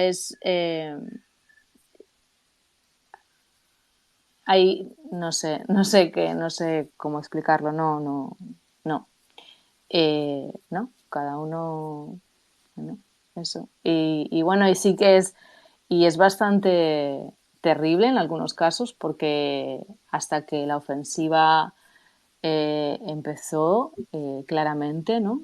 Desde básicamente el Russiagate, después de las elecciones, ¿no? De que ganase Trump, yo tenía muchos amigos periodistas, ¿no? en los grandes medios de comunicación. Yo vengo de los grandes medios de comunicación, ¿no? Vengo de Televisión Española y yo conozco y conocía a mucha gente y conozco y mucha de esa gente me ha visto a mí trabajar. No solo eso, me ha pedido contactos, me ha hecho preguntas, o sea, me han pedido favores.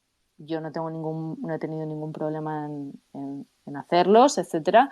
O sea, quiero decirte, y no, o sea, no, de repente eres un apestado.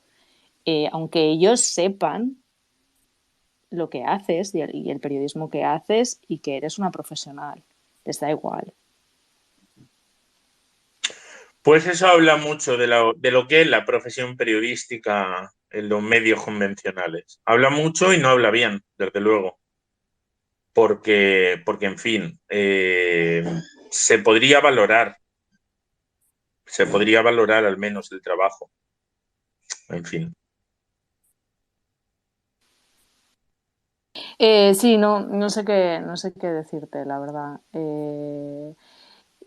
Solo te puedo decir que quien está en RT no lo hace quien está en RT no lo hace por reconocimiento mediático o profesional, todo lo contrario, porque es una penalización. Entonces, bueno, si acaso como mucho creen que la ayuda es decirte que lo dejes. Entonces, yo creo que esto resume un poco la solidaridad de la profesión. Qué fuerte. Pues lo dicho, Elena, un placer compartir espacio contigo y lo dicho. Y ánimo a todos vosotros porque hay que seguir denunciando la censura que habéis sufrido. Porque al final esa censura acabará salpicándonos a todos y a mucha más gente, incluso los que hoy aplauden. Muchos de los que aplauden se arrepentirán. Tarde o Sí, temprano. claro, yo cuando he puesto el ejemplo de Fara es proponer algo a toro pasado para demostrar y enseñar que esto no va de los medios rusos o lo que llamen propaganda rusa, esto va de cada vez dar más herramientas para la construcción de determinado discurso o para la supresión de voces que son incómodas, mucho más allá de lo que ellos llaman la propaganda rusa y también un poco para medir a la opinión pública, ¿no? Si ahora hago Fara y nadie dice nada, al revés, pues el siguiente paso va a ser este y el siguiente paso va a ser el siguiente, etcétera, etcétera, ¿no? Entonces, el silencio de hoy es la condena de mañana. Totalmente de acuerdo. Es más, la pena es que no haya habido más contestación, por ejemplo, a las normas que ha aplicado la Unión Europea por parte nuestra. Yo creo que eso es un fallo en el que todos debemos hacer autocrítica, porque al fin y al cabo quizá no lo hemos sabido vender bien.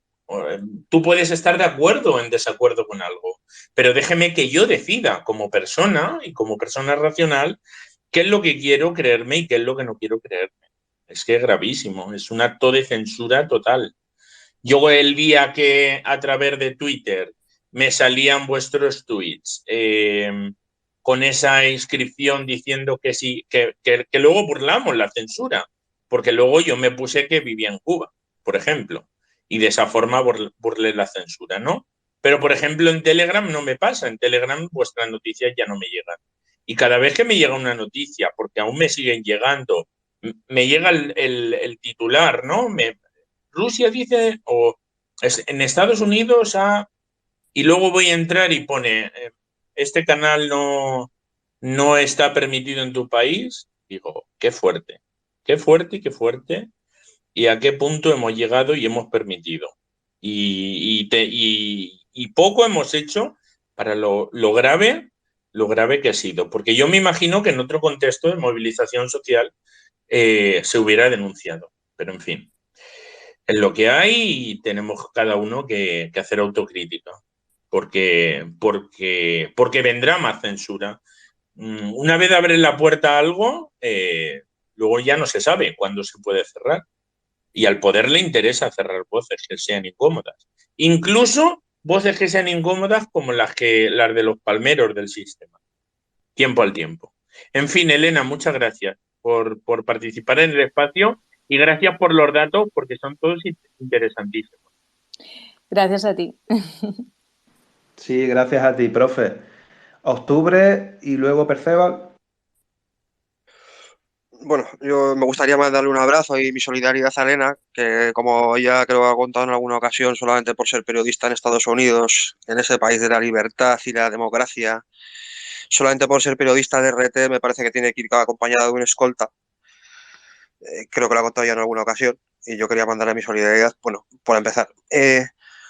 Y luego, bueno, para continuar, a mí me gustaría preguntarle tantas cosas que no sabe uno por dónde empezar muchas veces, pero bueno, como ha dicho ella antes, casi que en números oficiales de pobreza, por ejemplo, habría que fiarse casi más de los datos que dan organizaciones de activistas. Yo vi, por ejemplo, ahí arriba he puesto un artículo de La Vanguardia del año 2018, que es La Vanguardia, ya sabéis que es poco sospechoso de ser un medio precisamente comunista o así, más o menos. Y en 2018 ya había activistas de una organización, como además de una organización, me parece que es católica, como la campaña de la gente pobre, o campaña por la gente pobre, que ya denunciaban en 2018 que había 140 millones de personas en Estados Unidos que vivían en pobreza y con muchas dificultades para vivir. Y luego, pues, no sé, por ejemplo, no sé, a mí me gustaría que nos hablara un poco, por ejemplo, del complejo industrial militar, no sé, de cómo, bueno, ya he contado un poco antes también, no sé, de cómo hay gente que en Estados Unidos también, por ejemplo, hay gente que necesita 2 y 3 trabajos para poder llegar a fin de mes y aún así las pasa putas. Cómo hay gente que, por ejemplo, tiene que trabajar, cómo tiene que seguir trabajando a pesar de que ya tendría que estar jubilada y descansando y gozando del descanso de los últimos años de su vida.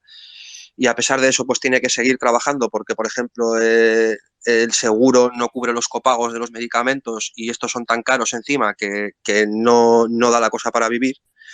De cómo hay gente que, por ejemplo, también tiene que incluso cruzar la frontera hacia Canadá para comprar medicamentos más baratos.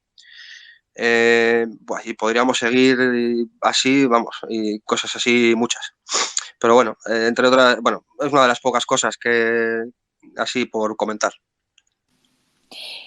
Sí, lo que decías de, bueno, en general, sí que es cierto que la medida de la pobreza en Estados Unidos es la misma. La fórmula estatal que se aplica, ¿no? Es creada desde hace más de 45 años, con lo cual es una fórmula estatal que se basa básicamente en el coste de la alimentación, ¿no? Y se aplica de manera estándar a todo el territorio. Imaginad la diferencia que hay, ¿no?, entre vivir en Wyoming o vivir en Nueva York, ¿no? Entonces, partiendo de esa base, los números oficiales de la pobreza en Estados Unidos son completamente a la baja y, de hecho, la situación, hablabas de 2018, creo que es el mismo año en el que la propia ONU dedicó un relator especial, ¿no?, una investigación especial a la pobreza en Estados Unidos.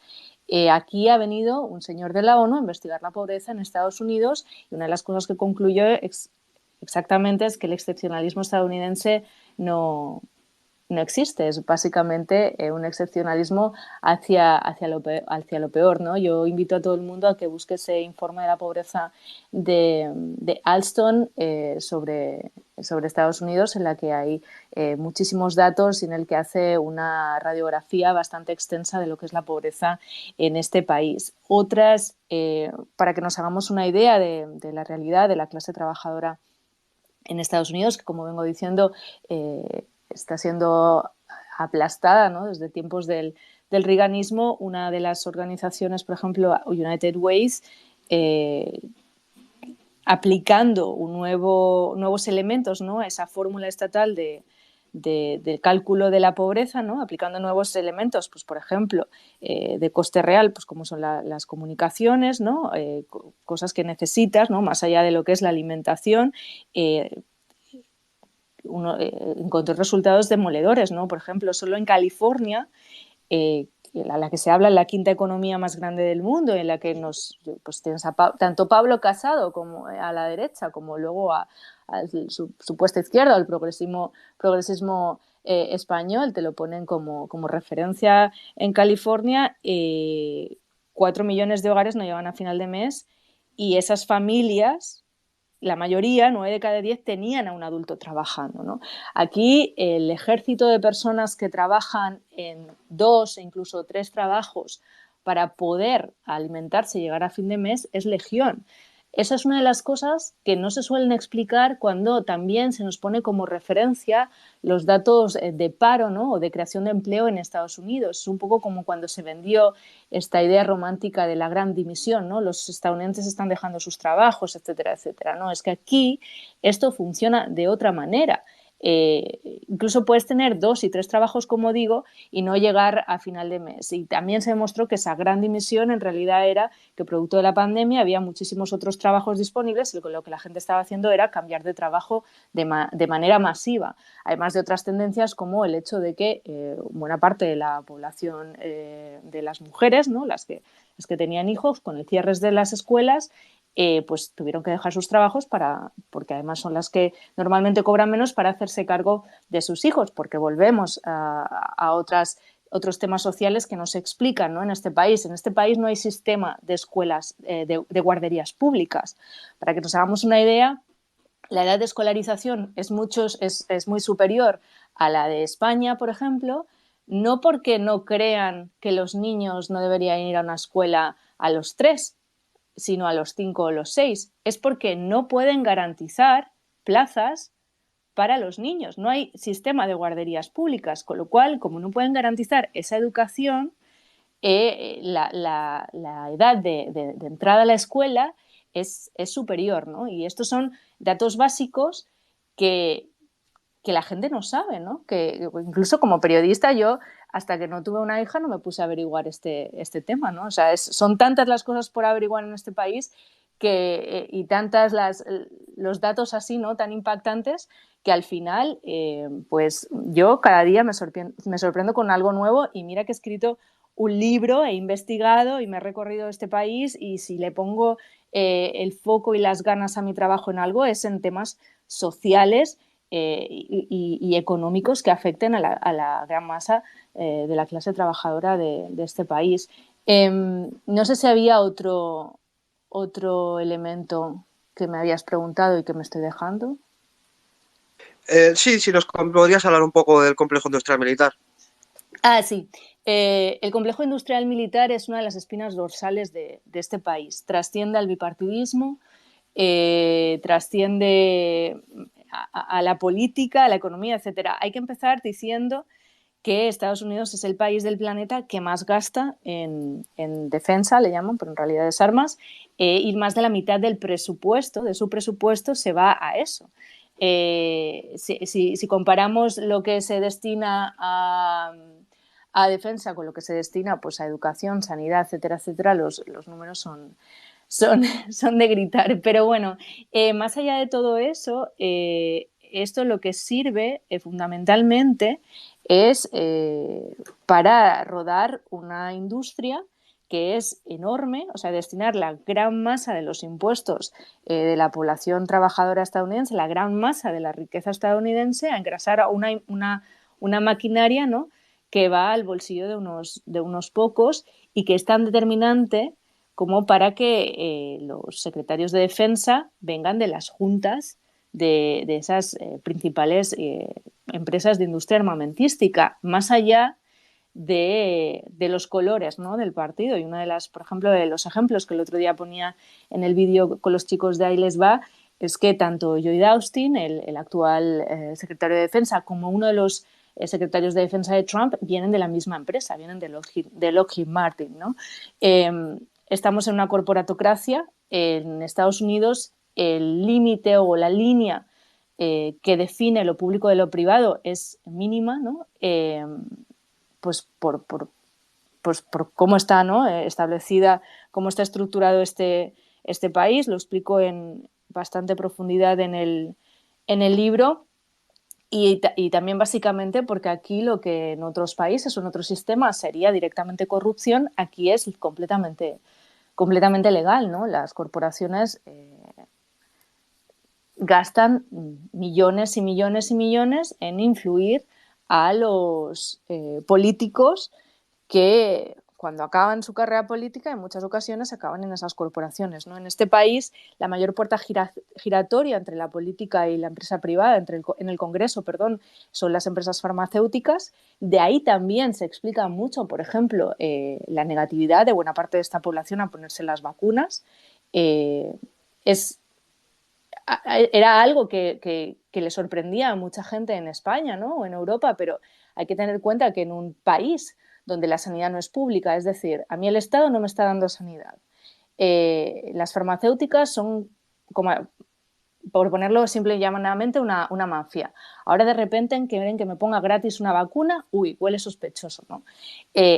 Ese tipo de argumentación que se hacían incluso en muchos sectores pobres y en muchas comunidades pues tipo afroamericana, donde están acostumbrados a que el Estado no se preocupe por su salud, es plenamente comprensible, ¿no? Si lo trasladamos a este país. En el caso del lobby de las armas, es más o menos, el poder es más o menos igual, o yo diría que incluso superior. Un estudio de la Universidad de Brown, creo que era, cuantificó en más de un lobby por congresista de las empresas armamentísticas en las últimas 2 décadas. Es decir, miles de millones a personas que diariamente su cometido es influir en la decisión política de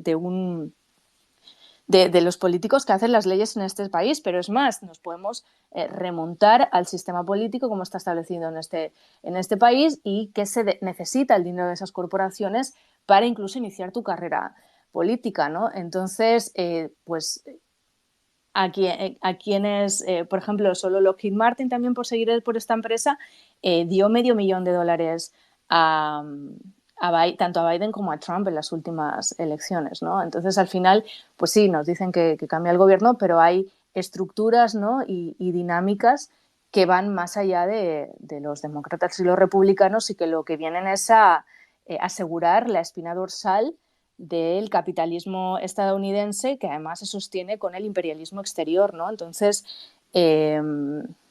son dinámicas que son muy difíciles de parar, pero es que además nadie que quiera pararlas llega a un puesto de poder en este país, y que aparte están insertadas en todos los poderes de un Estado, ¿no?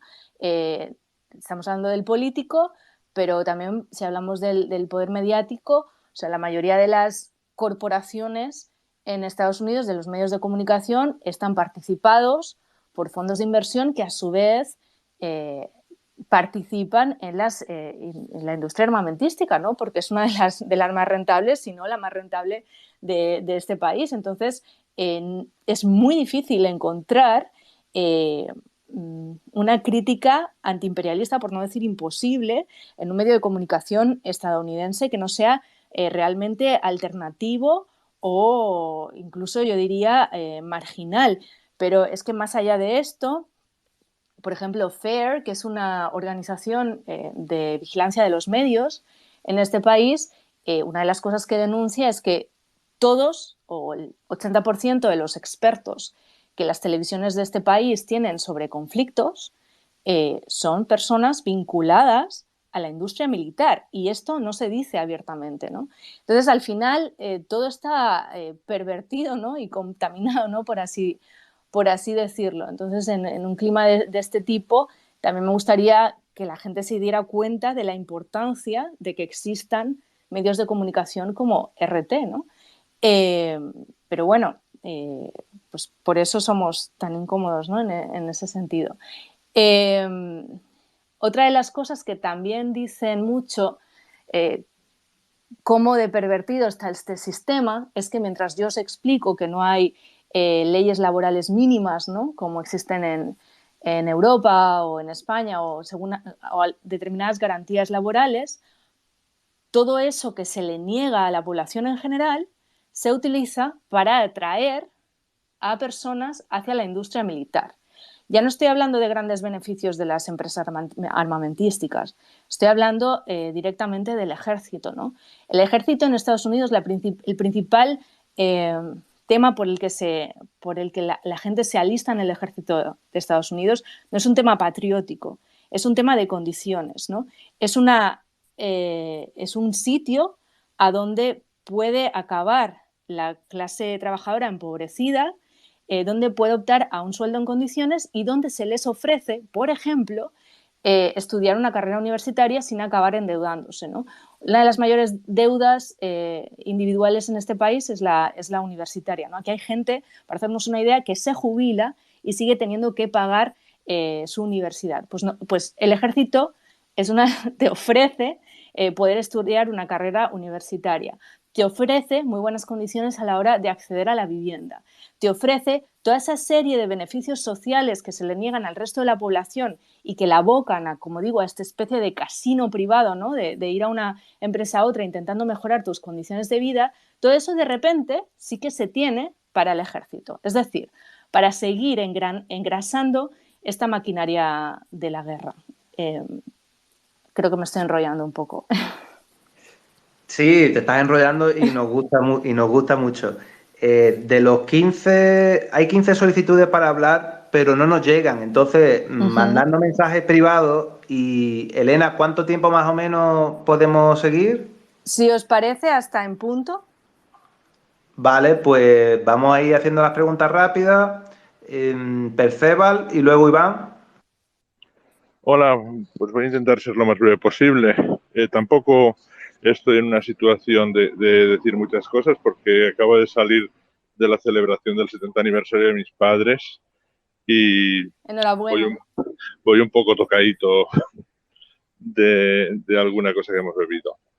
Pero lo que quería decir, bueno, en primer lugar, señalar simplemente que esto que llamamos democracia en Occidente, de democracia tiene más bien poco, es una legitimación por consenso, unas reglas de juego donde la izquierda pues se somete a perder y a renunciar a una parte de su bagaje ideológico a cambio de poder participar en un reparto, una zona del poder que ni siquiera es el poder.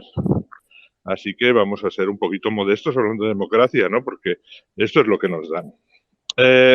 Lo que quería preguntarle a Elena es si ven en todo este estudio, quizá abriendo un poquito el foco, si se está dando una sustitución gradual del Estado por el poder corporativo, de manera que, por ejemplo, estas grandes corporaciones de las que habla y luego los fondos de inversión, que son, digamos, la quinta esencia de las corporaciones, porque no perdamos de vista que, por ejemplo, Blackstone tiene un poder económico, es aproximadamente el 30% del Producto Interior Bruto de Estados Unidos a nivel global, ellos.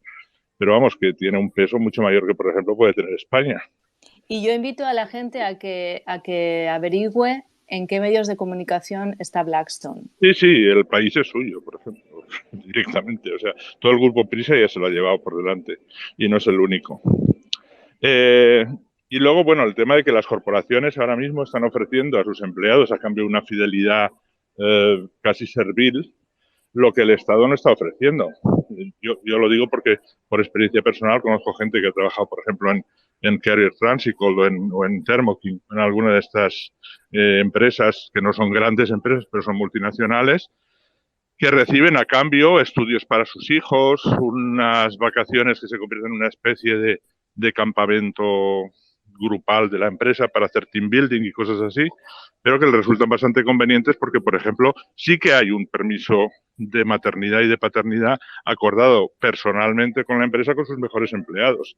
Me refiero a que este tipo de derechos lo que se están utilizando es como valor de mercado para tener asegurada la fidelidad de las personas. Y los privilegiados sí que tienen acceso a ellas.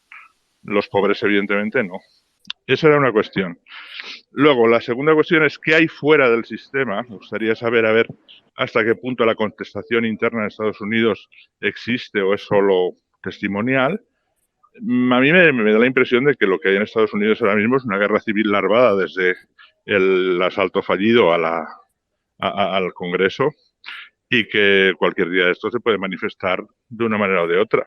Y además una guerra civil que con los medios militares americanos dudo que pudieran sofocar porque ellos no están preparados para confrontar a grupos de personas armadas pensando que hay 300 millones de armas de fuego, algunas de ellas bastante potentes, repartidas por los Estados Unidos de una manera bastante uniforme.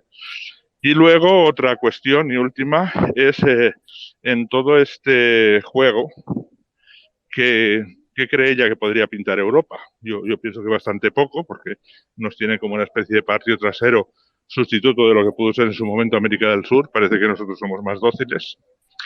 Y nada más. Muchas gracias por estar aquí, y enhorabuena por el libro.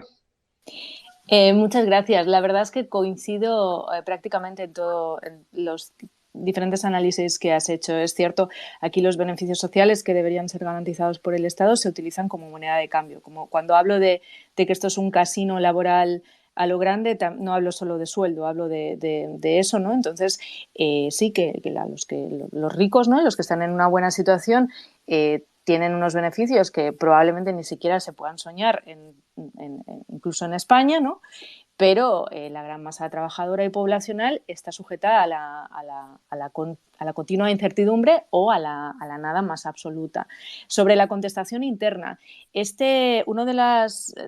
una de las cosas que explico en el libro, ¿no? No me quiero enrollar, es que este país está en implosión constante, ¿no? Mucha gente dice, ¿y por qué no se revela Estados Unidos? ¿Por qué no explota? Este país está explotando todo el rato constantemente. ¿Y eso cómo se explica y en qué se traduce? Se traduce en los grandes niveles de violencia. Los niveles de violencia que hay en esta nación no se dan en ninguna otra nación avanzada. Se traduce en el encarcelamiento masivo. Cuando digo que en este país no hay país en el planeta con mayor número de ciudadanos privados de libertad en números totales y en porcentaje, y una de las cosas que explico y relato en el libro es que la principal causa por la que tú acabas en prisión en este país es por ser pobre, porque eres más productivo para el sistema entre rejas que fuera de ella. Y otra de las implosiones son las llamadas muertes por desesperación, que son las muertes productos del suicidio, la sobredosis, el alcoholismo, etcétera, etcétera. Los niveles que se dan en este país no se dan en ninguna otra nación. Sobre todo el tema de las muertes por sobredosis. Eso es implosión interna. Algunos se pueden decir controlada, no lo está. Y de hecho, bueno, es uno de los factores que traducen que este país, que el nivel de la esperanza de vida de este país haya caído en los últimos años, mucho antes de la pandemia, como dije al principio, teniendo en cuenta que hace unas décadas este era el país con la mayor esperanza de vida. Y luego la última pregunta, ¿cuál era? No me acuerdo. Perdón. Era que podemos pintar los europeos en sí. ese juego. Bueno, uno de los objetivos que tenía este libro principales como española, ¿no? Y ser editado en española era generar un toque de atención, ¿no? Decir, oye, nos están vendiendo que este es el modelo y estamos siguiendo este modelo, tanto por la derecha como por la izquierda, ¿no? En muchos casos. Cuando no es económicamente, es de actitudes, etcétera, etcétera. Y esta es la realidad de este modelo, no lo que nos cuentan todo el tiempo o lo que nos llega a través de la propaganda. Yo creo que no hay una conciencia masiva en Europa pero bueno, y aunque la hubiera, yo creo que el problema de Europa es el de la soberanía. Lo estamos viendo ahora mismo. Los estados europeos están sometidos a la Unión Europea está sometida a la OTAN, entonces al final hay poco margen de variación, ¿no? No sé qué puede hacer. Yo creo que, a ver, sí que se debería poder hacer algo y sí que debería poder cambiar, pero tenemos la soberanía comprometida y pocos políticamente, públicamente quieren reconocerlo, ¿no? Pero bueno, las cosas se cambian con movilización social y con conciencia social. Entonces, bueno, ya veremos. Otra de las cosas que también digo en el libro y explico es que hay incluso estudios que reflejan que el nivel de desigualdad actual en Estados Unidos es superior al del Imperio Romano antes de su caída. Esto no se sostiene. No, se puede sostener durante más tiempo y puede que incluso pues, mi generación se muera y todavía continúe, pero no se sostiene por muchos motivos, ¿no? Internamente, a nivel de masa poblacional y bueno, y luego también pues incluso del planeta, ¿no? Pero por eso yo creo también que estamos en un momento decisivo y muy peligroso, ¿no? Y no solo porque haya quien hable alegremente de la tercera guerra de una guerra nuclear, ¿no? Como si eso fuera salir de verbena, sino porque realmente estamos en un momento muy, muy, muy peligroso, ¿no? Y los momentos de caída y de reformulación global como el que estamos viviendo, más allá de lo que pase y de que cómo se solucione o no, cómo se reconfigure, son peligrosísimos, ¿no? Entonces, yo creo que lo que la gente por lo menos debe hacer es intentar estar informada y no sé, y crear por lo menos conciencia propia y conciencia crítica. Así es. Iván, muy brevemente, solo la pregunta, por favor. Sí, yo quería hacer 2 preguntas y no tardo nada en formularlas, son muy cortitas. Solo una, gracias. ¿Perdón? Que solo una pregunta, por favor. Gracias. Puede hacer las dos, no pasa nada. Pero ya. Bueno, Sí, es que hay mucha gente con la mano en alto. Bueno, una de Iván, perdón. No debería yo moderar, ¿no? Perdón. Escucha a Iván y a otra persona más y ya está, ¿vale? Vale, perfecto. Pues bueno, te hago la primera, que me parece bastante interesante. Antes de nada, felicitarte por tu trabajo de periodista, me parece muy interesante, que te sigo de hace bastante tiempo, y también felicitarte por tu libro. Y luego la pregunta es una consideración, y también quiero saber tu punto de vista sobre el análisis que yo he hecho y cómo lo ves tú desde Estados Unidos. Yo, por ejemplo, considero que los medios de comunicación anglosajones, en la Primera Guerra Fría se intentó atacar a la Unión Soviética diciendo que Estados Unidos era el baladí de la democracia y el baladí de la lucha contra el totalitarismo, ¿no? Y este tipo de argumentarios absurdos. Y bueno, creo que en la Segunda Guerra Fría, debido a cómo el imperialismo norteamericano ya se ha ido desenmascarando, este tipo de argumentarios, sabes que no calan en la sociedad. Por tanto, debido a que hay únicamente 2 globalizaciones que pueden ser las hegemónicas, que es la china y es la norteamericana, pues entonces los norteamericanos, para poder expandir su influencia, lo que tienen que hacer, bueno, lo que hacen, considero yo, es como decir que la globalización china es 1000 veces peor que la norteamericana y que por tanto la gente mejor que acepte la norteamericana. No sé yo si, ¿cómo consideras tú que si realmente es la política que está llevando Estados Unidos o es algo mucho más complejo que este análisis? Quería saber también un poco tu opinión. Todo es más complejo que los análisis que hacemos, pero es un buen análisis. Yo creo que tienes razón. Sí, esto es la lucha por la hegemonía mundial y China le está comiendo la tostada si no la ha comido ya, porque hay que tener en cuenta que nosotros estamos en el otro lado, ¿no?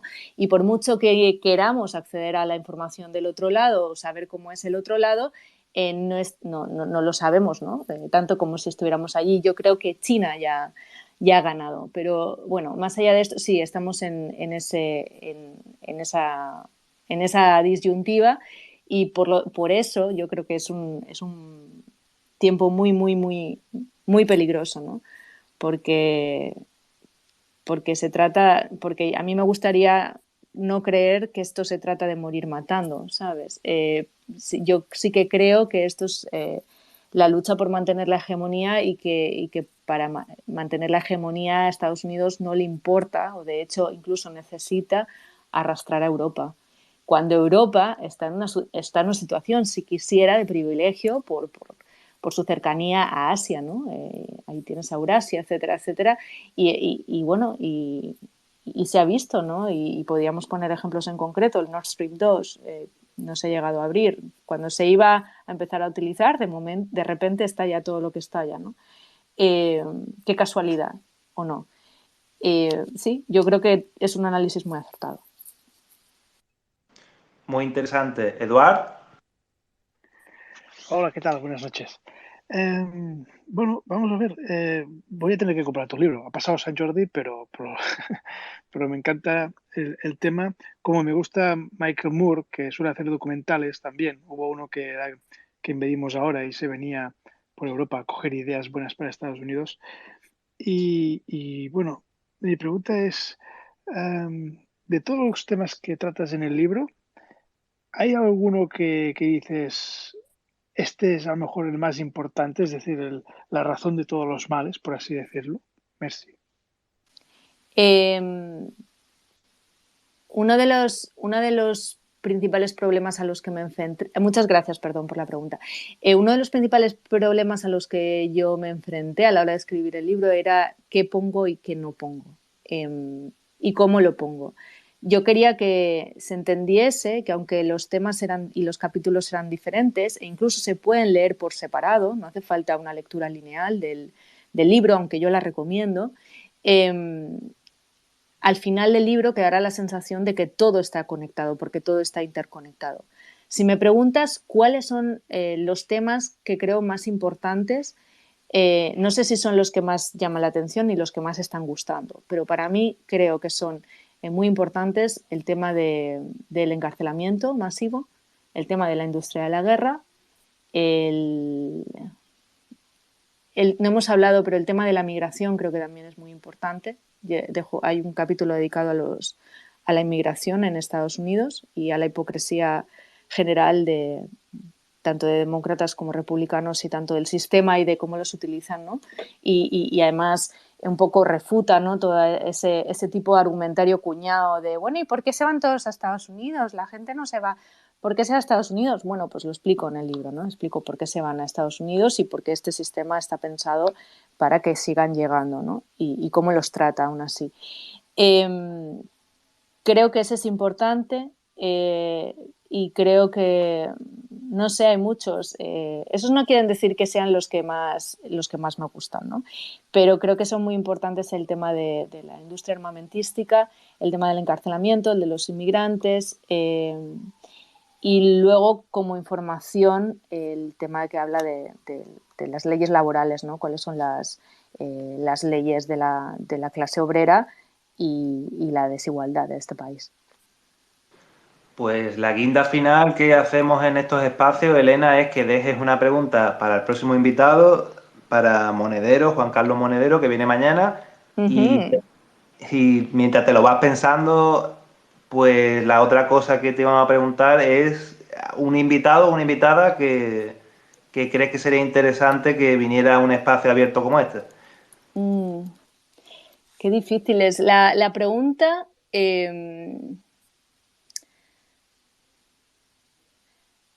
La pregunta es si no cree Monedero que la izquierda española está siendo mucho más complaciente respecto a Ucrania que sus pares de otros países, como por ejemplo los de Grecia. Véase el caso de Zelensky hablando en el Parlamento. Esa es la pregunta.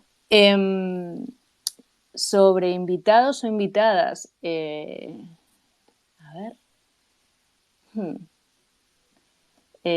Hacéis de todo tipo, ¿no? Entiendo que hacéis políticos, periodistas. Sí. No sé. Abogados también han venido, como Gonzalo Boye. Vale. Sí, o como Pastor y Filigrana. No sé, no se me ocurre ahora mismo. ¿A quién? Pues Elena, si no se te ocurre, te invitamos a que lo pienses. O sea, se me ocurren unos cuantos, pero no sabría escoger a una persona. Perdón, pues tú tranquilamente lo piensas, nos lo dices y tú invites a quien creas que sea conveniente. Vale, fenomenal. Elena, muchísimas gracias por contestar mis preguntas, que es que no me ha dado tiempo antes de agradecértelo, y enhorabuena por tu libro y muchos éxitos. Gracias a ti y a todos los que nos han escuchado, quien ha hecho preguntas, quien se ha quedado con alguna pregunta en el tintero. Yo estoy en redes, entonces si alguien me quiere preguntar algo, me puede preguntar. Normalmente no bloqueo. Sí que es verdad que desde hace 2 meses estoy bloqueando más, pues porque cosas que ya ha relatado Carmen, ¿no? Porque hay ataques automatizados, ¿no? Entonces, cuando sabes detectar los ataques automatizados, yo al principio seguía con mi política de no bloquear en general, pero